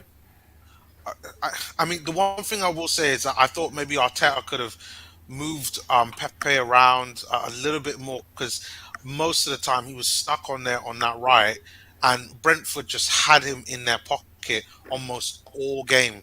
Like, very few times I saw him out there on the left. But I would have liked to see Pepe in almost like a free role whereby people kind of adapt to him. Let him force him to move out from that wide right position, come maybe into the number 10, come up front, come wide left. And I wanted more from him. And I know Arteta's part of that, but still, for the price tag, his age and experience compared to what else is on the pitch, he has to do more. Martinelli, 4, invisible, absolutely invisible. Like, normally, at the very least, we would talk about his work rate, but I hardly seen him, hardly noticed him. And I know, some of you are going to say about Arteta's tactics, and I get that because I he didn't play in the way how I thought he would. And he just, like, every time we had the ball out on that left, I expected to see him there in and around where Tierney was, but he just wasn't quite there. And then in the second half, before he get taken off, he was more so pushing forward Balogun, almost playing as a striker. And for me, I don't see Martinelli as a striker. I see him as a wide left inside forward that kind of comes in from that left. But something needs to be sorted out there because I don't like what I see. Like, I just hope that this is a one-off game for Martinelli. And to be honest with all of these players, because if it's what I think it is, and they're just down tools now, and this is like the start of the beginning of the end, you talk about long season. I'll be ready to pack up. And then Balogun, I'll give a 5. His first start, it was a tough one for him. I won't lie, but he did show some positive signs, and that's why I'll give him some credit. And for me, Arteta, he gets a 0 because this is the first game that the signings that he's made, the squad that he's built, and yes, whatever's gone on with Lacazette and Aubameyang, I'll go up and just believe the reports that they're ill. So there's not much that he can do there. But like you said, that there were changes that were needed, and he never addressed them. You can see that there are issues, and you're not addressing. Rob Holding's on the bench. Like, this, it's not like, like everybody saw what was happening with Ben White. Ben White was losing the battle against Toney. Toney was winning a lot of headers, and I'm Guys, I'm just gonna have to go for a little bit, right? I've got an international call coming in, so I've got to take it. We'll still be here, mate. We'll still be here for a while at least. Neil, is that it? Yeah. Tony, is it okay? Vincey goes first because Vincey has to leave in 10 minutes. No rush, man. Take your time. Go on, Vincey. So family. Just to reply back to you, Apollo. I actually was going to put this down as a defeat for Arsenal, but I thought at best, that's why I said 1-1, that they'll come back in a last-minute game. But I definitely had this as a defeat in my mind for Arsenal. I'm going to give my ratings not based emotionally about the result. I'm just going to base on the conditions that we're Arsenal Football Club in and how they performed today. I'm going to give Leno a 3. Leno kept the score down. Now, if you think about the really good chances that Brentford had, he still kept the score down to 2. And we know his deficiencies. I'm not marking him down for that because many players have those deficiencies through the game. But he still kept the score down to 2. So I'm going to give Leno a 3. Tierney for me was the outstanding defender for us. I'll give him a 6 as well. Carried the game from the start. Was prepared to take shots. Looked lively. Looked healthy. And that's a positive for us moving forward in the season. Tough game for Ben White today. Tough game. Everyone's looking for him to be the 15 million man, and he's up against a very tough striker. It's a handful, and both Mari and White didn't really, and even Chambers didn't really handle him well today. So I'll agree with your rating of 4 for Ben White. Chambers. Most fans wanted him as a replacing Bellerin, but he just was not at the races today. I I thought for the goal, he was at fault. He just poor control, allowed the ball to go out or play in my mind, and then he kicked it out and then rushed back to try and get back in a defensive position. Play cut inside. And yes, Leno was beaten at his near post, hence why I gave him a 5. But Chambers today, he just looked all over the place. He didn't look settled. I'd probably give him a 2, to be honest. Mari, again, I have high hopes for him. But in this game, I felt Arteta didn't protect him because he would have been the player who would have been targeted for lack of pace with the Toney, and he didn't really cope. So I definitely would give Mari a 2. Xhaka, I'm going to give Xhaka a 4. The reason why I'm going to give Xhaka a 4 because we know Xhaka's capabilities. We know what we can get out of Xhaka. Is this type of game, the midfield, the way how it was changed around, Xhaka was put out more onto the left. It didn't really perform, didn't really stand out. He was more of a safety option. He played very safe, but I'll give him a 4. My man of the match is Lokonga Sambi. I'm giving him a 6.5. The reason why I'm giving him a 6.5 is because he was the one person who looked comfortable on the ball. He looked comfortable. He was able to fill in the gaps. He had energy, and he gave us hope when he picked up the ball. Yes, again, he was pushed out more to the right. I would have liked to have seen him more be that type of player in the middle, because what happens is then it pulls the team apart in the formation when you have a right central midfielder not holding his position. So he was kind of hand-strapped in the way how Arteta wanted him to play. So definitely for me, 6.5 Lokonga, man of the match. For me, Smith Rowe, big game for him. You know, high hopes this season for this young starter, and for me, he didn't really hit the ground running. Yes, he had good dribbles. When you play central mid, you have that ability. You're always going to receive the ball more than other players. So what do you do with it? He had a great chance, didn't take it. I'm not going to penalise him, but he didn't.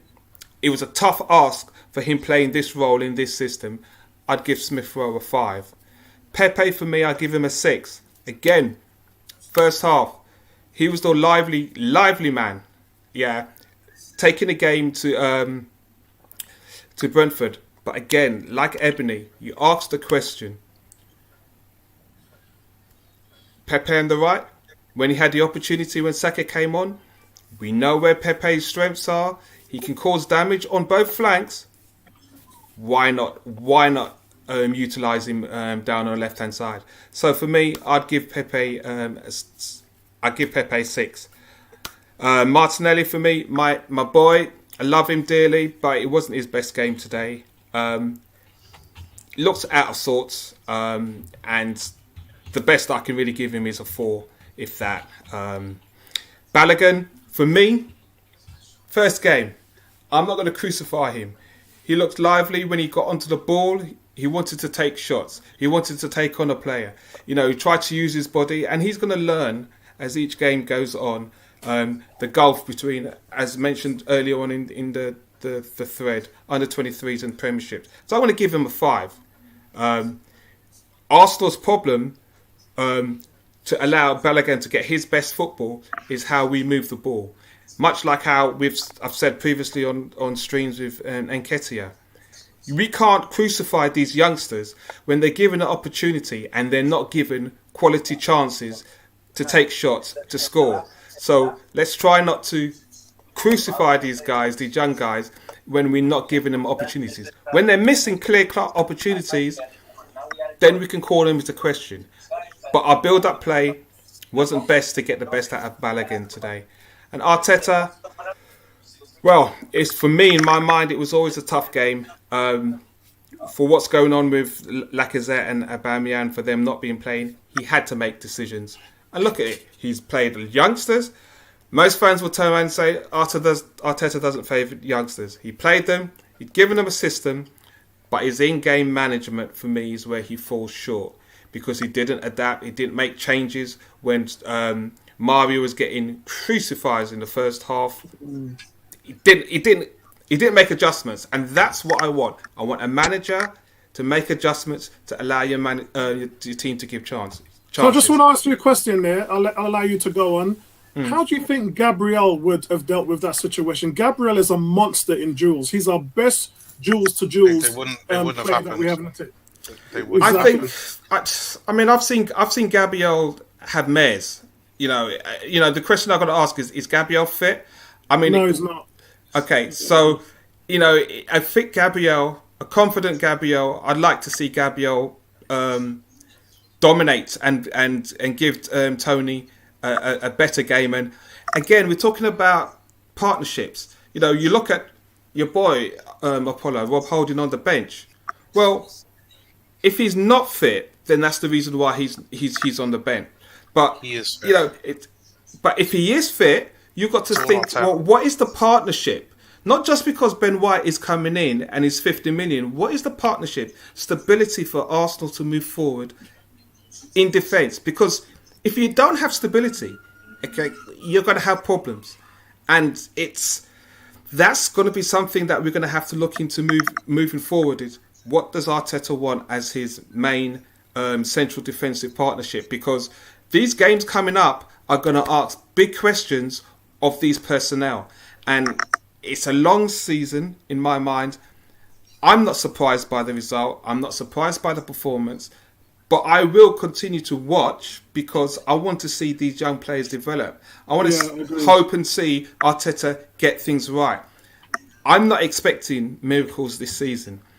But at some stage, very quickly, we have to really address these things and give us a chance. Because you don't want, come Christmas time, to be deep down in relegation. I know it's the first game of the season, but you don't want it. I don't want to see Arteta get sacked. But if you carry on with foolishness and the players carry on with insubordination and not playing for each other as a team, they're going to get in a sack. Yeah. And guys, before I go to Tony, I just want to do a quick advertisement here. This stream today is being sponsored by the Arsenal Season Starter Pack, which is now available for you to buy. It's in limited stock. It's you can see here. Let's start with our generation game, Larry Grayson. We've got a pump here. We've got an asthma pump in case you guys are hyperventilating. I can't fucking believe you. We've got a blood pressure machine to check your blood pressure at half time. We've got some Panadol Extra, which no alcohol.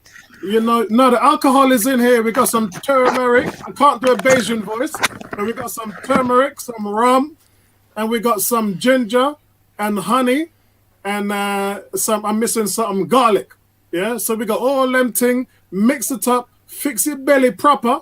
You might have the runs a little bit, but at least you can take your mind off the Arsenal. So, guys, I just wanted to promote the Arsenal Starter Pack, and may we carry on. They're missing something. Oh, Polly, you're not easy. I might need the starter pack, but I need to do some negotiation. I got my heart rate monitor right here. If I can substitute that for a pack of the Kleenex to dry my eyes with the sweating and maybe to wipe some tears away. Mad thing. Hey guys, Tony's face. Look at Tony's face. Tony looks serious, man. Tony's look like he's about to go to war. Jeez. Tony's like every other Arsenal fan. Every other Arsenal fan wanted us to win. Tony's on that Johnny Yang Win Chung business. Jeez. Before you go to Tony, I'm going to say this now. Arteta has got till December. Might not make it for that. I'm not doing the Arteta out thing because the problems nothing ain't going to get fixed. If Arteta goes out and another one comes in, ain't nothing getting fixed. It's still going to be the same old. And then a new manager would be sacked within 6 months. It's going to be a complete.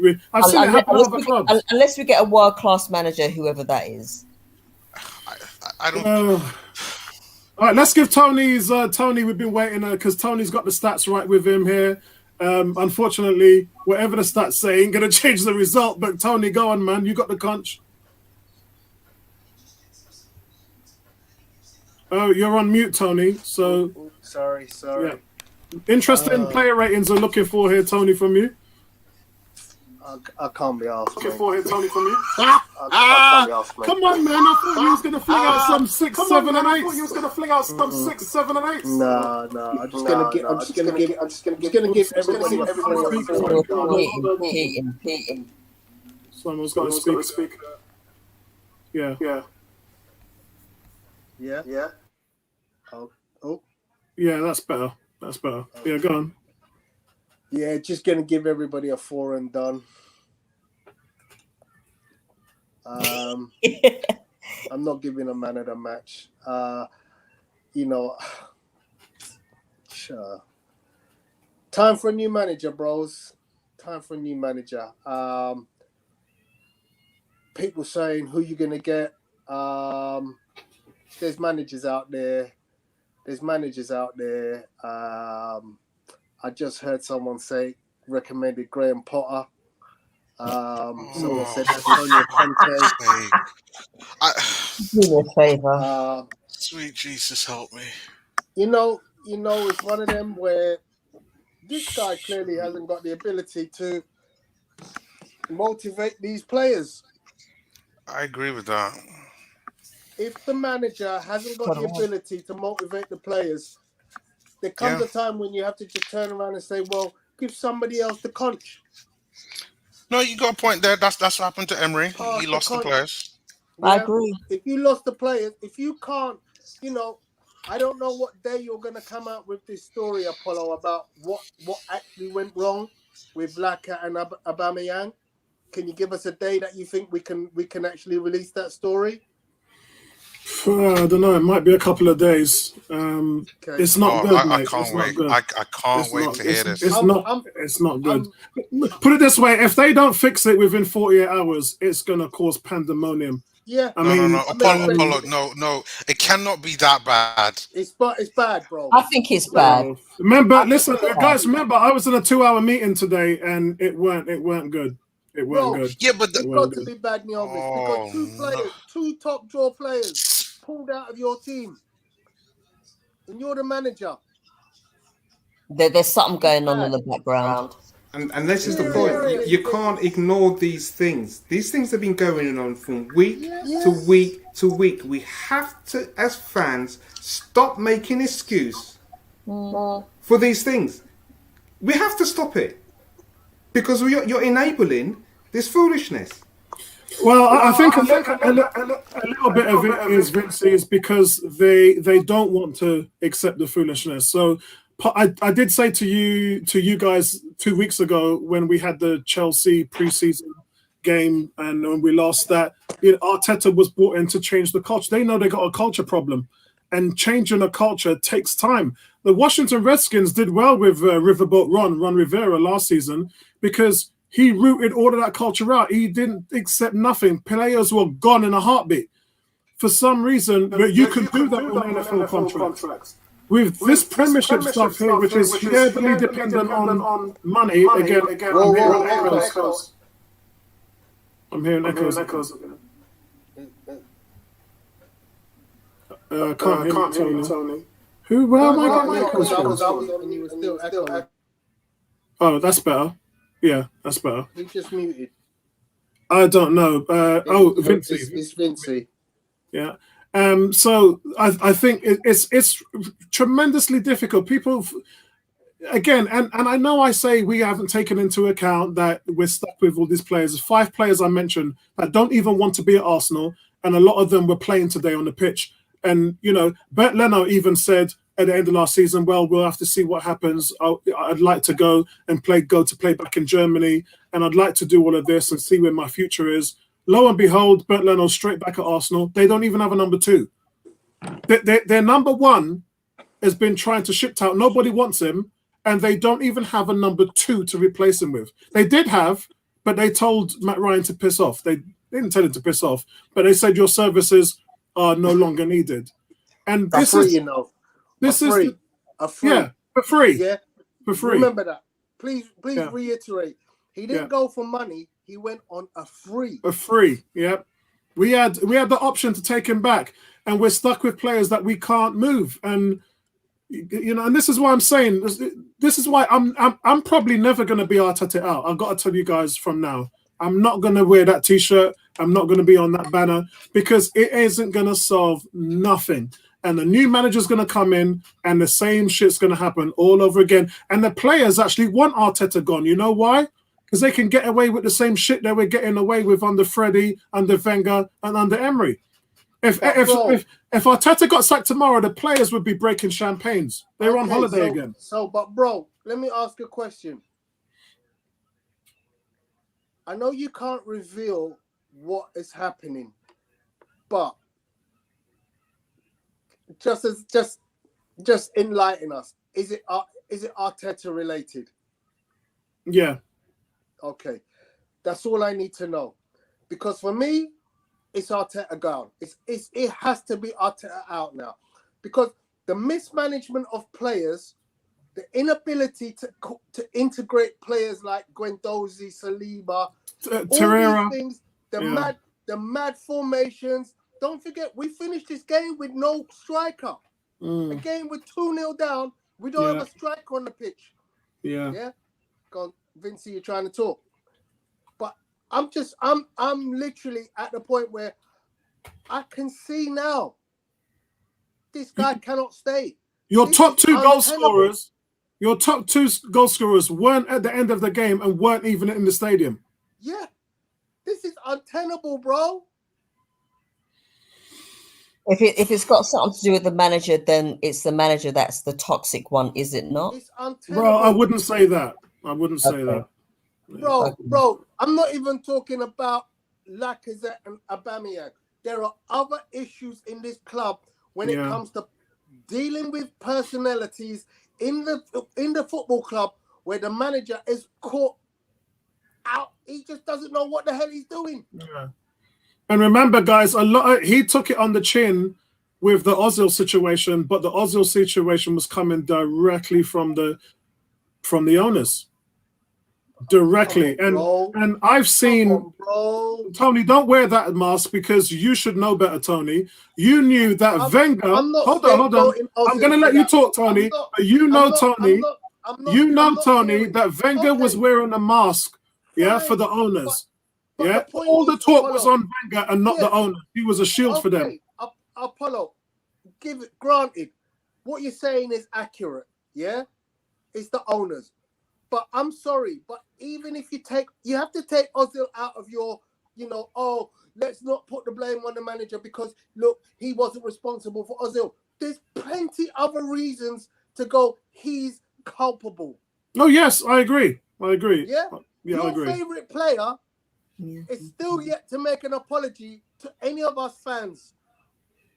And you as the manager are responsible for ensuring that happens. Yeah, and you know what hurt me today the most, You guys know I'm not in meltdown. I'm fine because I done all my ranting days ago. It was building up to this. I'm not surprised. And everything that I had talked about has come to pass. And you can reference me because all you got to do is go on my YouTube channel and watch all the videos I posted this week. So it's not like I'm just saying, I told you so. The warning signs were already there. But all I can say is the one thing that is surprising is that they've just allowed it to happen. They've allowed it with everything that was happening in the base. They've allowed it to happen. And I cannot wait to see Amazon Prime's show next year, All or Nothing. That is going to be history. That is going to absolutely be history. It's going to be monumental. Man, I tell you guys, it's embarrassing. Yeah, this is worse. This is my worst fears come true. It really is, and I really feel sorry for the fan base because remember last season we were talking about papering over the cracks, and the wall is now broken. The cracked wall is smashed and obliterated. Go on, Vincey. I can't hear you. Vincey's got some serious setup there, man. While Vincey's doing that, let's hear from Bertram. Bertram is saying Apollo Arteta hasn't done anything that shows progress. So can you hear It's me now? not Arteta. Hold on. What has Edu done that has showed progress? What has Vinay done that has showed progress? It's all of them. What has Tim Get 'em done all out. that has showed progress? What the scouting team? What have they done to show progress? Well, Remember they fired when I them. talked? Yeah, they fired all of the ones that have brought these kids that are playing on there. But where's the scouting going now? Who have they I have found? no idea.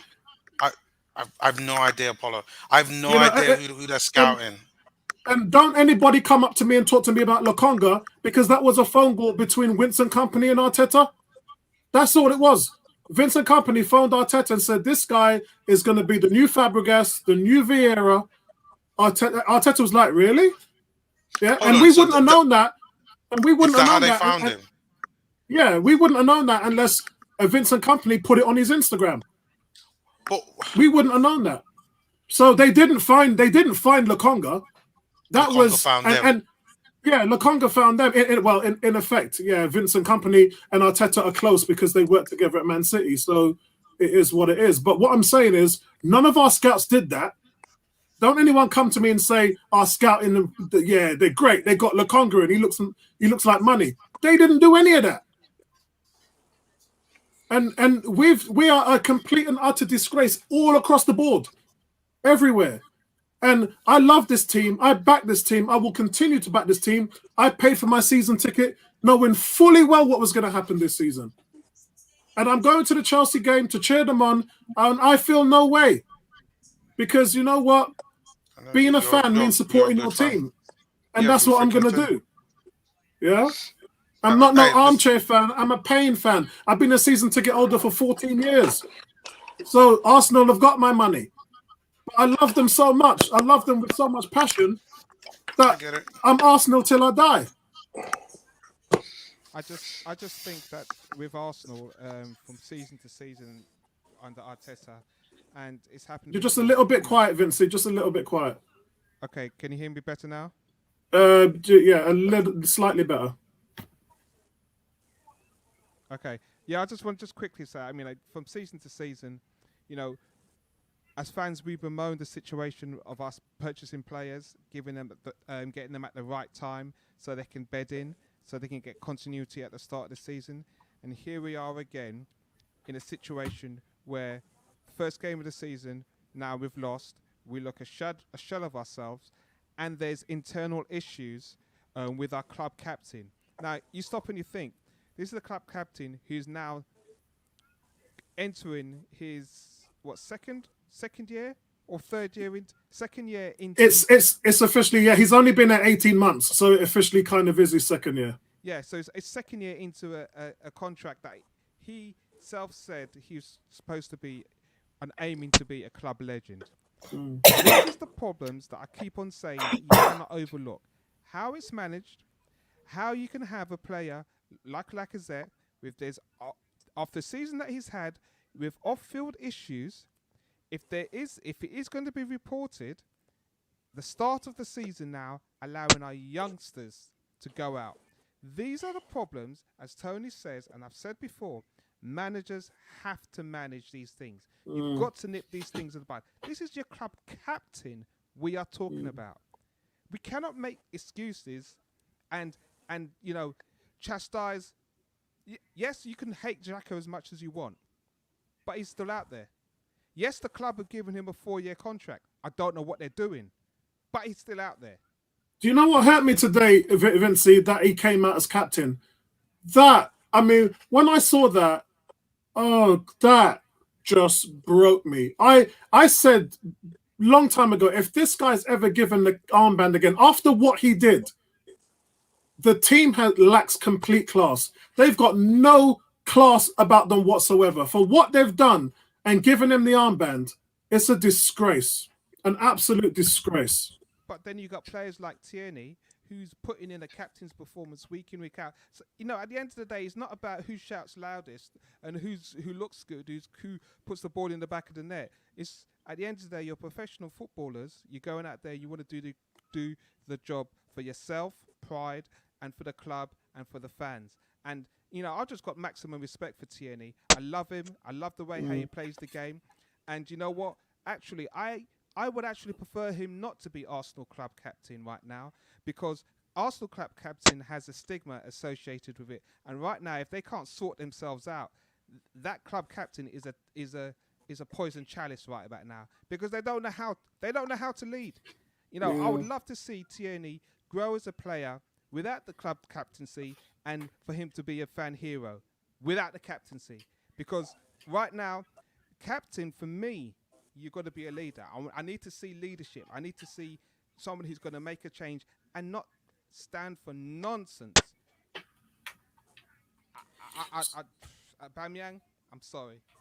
So guys, the only thing I can say to you positive Arsenal fans who are looking for some kind of upside, and I'll probably make a couple of videos this week moving forward on that. We've got no European football now, so we can reflect on a lot of stuff. Arsenal are going to be doing a lot of film work in the next week. And the only thing I could really say to you is Martinelli is going to get better. He's going to get more match fit. Pepe ain't going to play as bad as he did today. Balogun, it was a first for him, so he's going to improve. The defense are going to get back Gabriel. They're going to get back Holding. You know, Chambers has been fantastic for us. And today, I've never seen him play so badly. Apollo, This was just... we need the same back four as last season. The same. Once we get back the same, I'm pretty sure our defense will go right back to normal. So when Gabriel is back, put Holding back in there. This is an off game for Chambers. I think this is the worst I've seen Callum Chambers since. Yeah, I agree. He was on loan at Borough. And that's a long time. I haven't seen him have bad games like this in a long time. I agree. But once we sort out the defense with the right personnel, find a way how to get Ben White in there. I don't think he's a bad defender, but they exposed Ben White's weaknesses today. But there is a way how to fix this. The attack part, Arteta has his work cut out for him. Okay, so guys, I'm not sure if Nabil is still there. Nabil's probably just listening to us.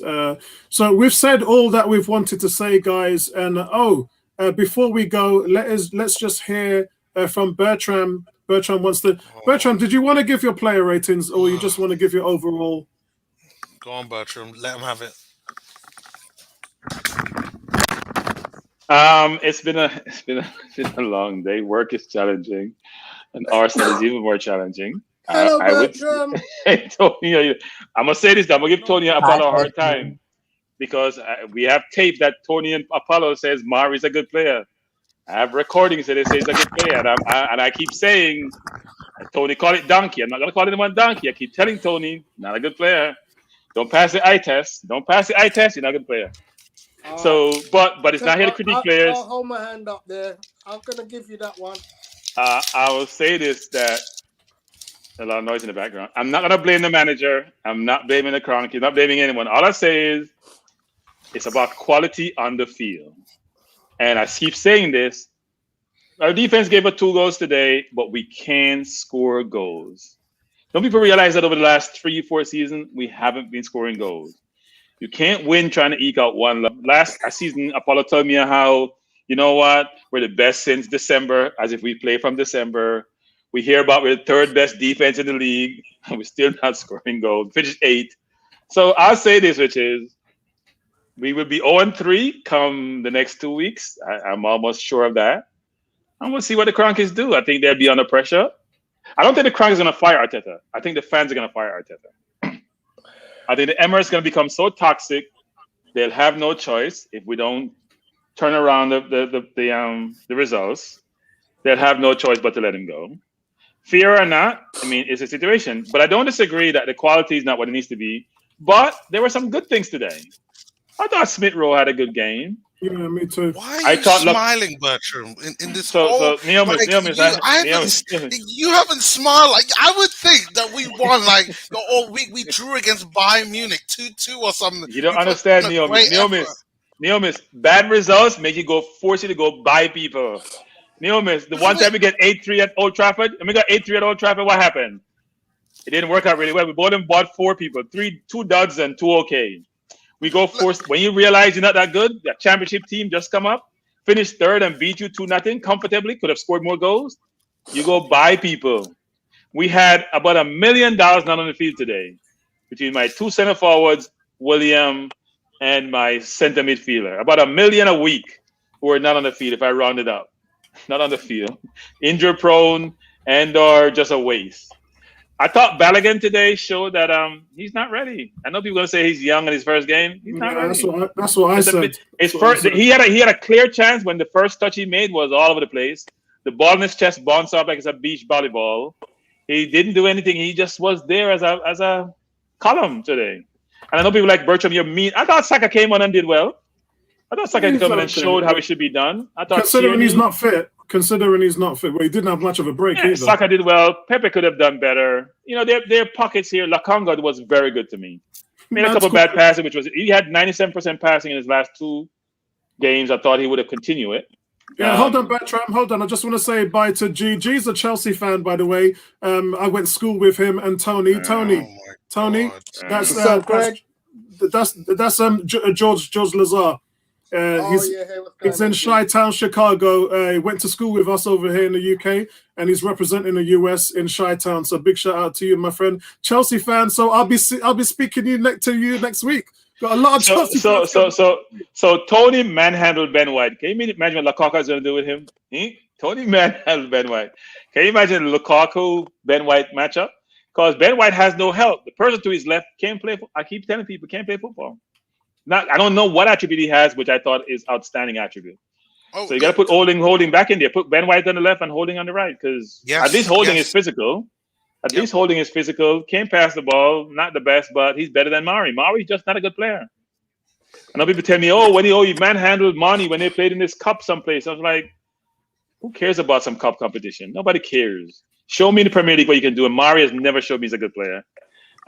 So look, it's not all negative. Saka, Tierney, Pepe, Smith Rowe, Lokonga, 5 decent players that we can build around. Partey is going to come back. I don't consider the other 2 forwards because they're a waste. So it's going to be a long season, but the Grim. Jesus freaking Joker, man. Hey, 18. Here's the thing, 18. There's some people who don't go along with the herd. They call what they see because they have the eye test for a long time. They keep warning you about players and ability. Cedric isn't good enough. Mari isn't good enough. Chambers isn't good enough on the right. I think Chambers is a better central defender than Mari is. I don't know why we keep playing Chambers at right back when he can play centre half. He played centre half for us. That's where he played most of his career. Even though he went to Fulham and played centre midfield and did well. And it's funny you say that. I would have played Chambers and White in the middle and put Tavares on the right. That's what I would have done. That's a better thing. And here's the thing. People all blame Chambers for the goal today. Did you watch the goal, how the goal came? Pepe is pointing. Smith Rowe is ball watch. Like, what the hell are you doing? Go help your defender. The man has him one-on-one. Go run back so he's feel more pressure and feel anxiety. You don't create any pressure on him. You stood there pointing. I know where you're pointing at because Pepe's not marking anyone. So why are you pointing? Go help the defender. And now Chambers should have pushed him outside, then come in the middle. But Leno can't get beaten at his near post. Sorry, that can't happen. Did you see the second goal? Pablo Mari turns around to Ben White and says, "Watch for the runners." Ben White. No, Apollo. That wasn't a mistake, Apollo. Here's the mistake. So the first thing you learn when you're playing defense is don't let anybody be in front of your goalkeeper. Take him off your goalkeeper. Take him off your goalkeeper. Don't let him be in front of your front goalkeeper. Take him off. You know what happened? The man went and held down Leno. And Leno, can't move because he's not the strongest person. He held him. It was a foul. They didn't call it VAR. But where's your central defender, Mari or someone else, taking him off your goalkeeper? Yeah. Nobody's blocking him so the goalkeeper have room to maneuver. No one. Yeah. We just stood up there, not doing anything. Sorry. So yeah, it's a long season, but show Bertram my message. I know we'll enjoy that. Oh, okay. I think we know who that is, everybody. Oh, there was another one before that. Okay. Is it the Willock one? Yeah. Oh, that is. Listen, that's going to come back. You know that's going to haunt us this weekend. Of course, No, he's not playing. No, he was registered early enough. He's not going to play this weekend. Yeah, he wasn't registered. But here's the thing, Tony. We can't score goals, and we gave up somebody who can score goals. Yeah. You know, that's what I don't understand. Now, he may not have started, but at least you bring him in. You know he has a chance to put the ball in the net. That's what he does. Bertram, that's what I said then. I don't know whether you've seen my rant video, Bertram. It's a classic. It's probably going to go down as one of my best videos ever. But it completely highlighted everything that every Arsenal fan has feared coming into this season. And I must have watched the video. I've talked to people who've watched the video 5-10 times, and I have to keep watching it to just remind myself of how bad things are, because I never want to ever forget that video, because it's so truthful to the point that, you know, African Guna said to me afterwards, he goes, Apollo, it's one of the best videos you ever made. He goes, you changed my mind about Willock. Listen, after watching your video, you changed my mind about Willock. This guy scored 11 goals last season. We ain't got players in the team who can rub 2 cents together. And we sell a guy for 25 million. So here's the thing. So, you know, Apollo, the reason why Arteta has to take blame is you should not, even if you give Xhaka away for free, give him away. Don't re-sign him. I'm sorry. Cut your loss like you did with Ozil, cut your losses. I don't curse Xhaka when he plays for my team, but he shouldn't be playing for my team. That's what I've always said, because he doesn't pass the eye test. Xhaka doesn't pass the eye test. Mari doesn't pass the eye test. Chambers at right back doesn't pass the eye test. I like him at centre half. Cedric doesn't pass the eye test. Bellamy doesn't pass the eye test. Nelson doesn't pass the eye test. I'm sorry, they don't. They need to go find a club. We need better quality. If you have quality, it can overcompensate for poor coaching. Vincey. Yeah, I was just going to say, obviously, you know, those who understand what Willock brings to the game, can understand him as a player. I'm not sure why fans should be surprised and by saying that you've changed their mindset on Willock. The problem is Arteta has never changed his mind on Willock. So Willock has gone out and he's done the business on loan. But fans are still saying, you know what, he can't do it for Arsenal. Arteta was not prepared to have him as an option on the bench to be able to coach him and manage him and using him in game in situations where we need a player coming through the middle to score a goal. That's the problem. That highlights for me what a manager's supposed to be doing when he has an asset of that quality. We're not asking that player to turn around and replace the players in the first team, but if you have that asset and you can come off the bench and you can score, you've got the mindset, it's a plus for the team. What did he do? He's flogged in for 25 million. He's re-signed Xhaka for 4 seasons. Yeah? And you stop and you think, how are you going to rebuild that midfield, Arteta? How are you going to rebuild that midfield with 25 million from Willock? Well, guys, look, any closing comments? I don't want to put everybody out of your misery. I actually want us to go out and have a productive Friday evening. It's 11 o'clock in the UK. So I've got a salad, avocado. I've got some octopus to eat. And so I'm going to enjoy some company with my wife. Go and watch some Superman and Lois and Stargirl and Ting. And Suicide Squad, I might watch that movie again. But I'm done. I'll say this, that Arsenal fans going to be a long year. Find other hobbies. Vincey.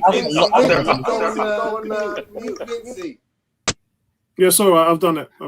Find other hobbies. That's all I say to you. Find hobbies you're passionate about. Three of us are going to be watching the Dolphins play the Bears tomorrow night. So okay. I'm going to watch that as well. Do you know what time I went to bed? I went to bed at 5 a.m. this morning watching the Redskins Patriots game last night. Got a good look at some of the rookies. Nice look at the first team. Chase Young is such a big. Did you see Chase Young blow up Cam Newton last night? My God. So it's going to be interesting to see what Fixed Magic can do. But I'm already on it, mate. Looking forward to Formula One to come back. Looking forward to the Redskins season.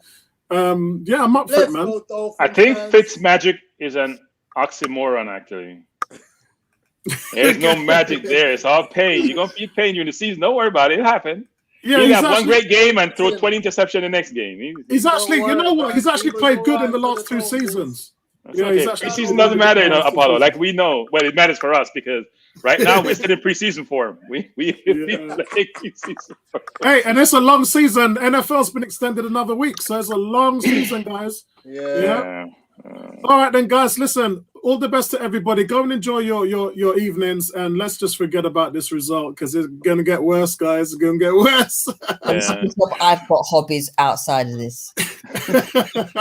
Yeah, listen, guys. We can always join Ebony on one of her marches and stuff like that. You know, she's a very big girl in the community. Yes, you be good. fighting for something. All right, guys. All the best, man.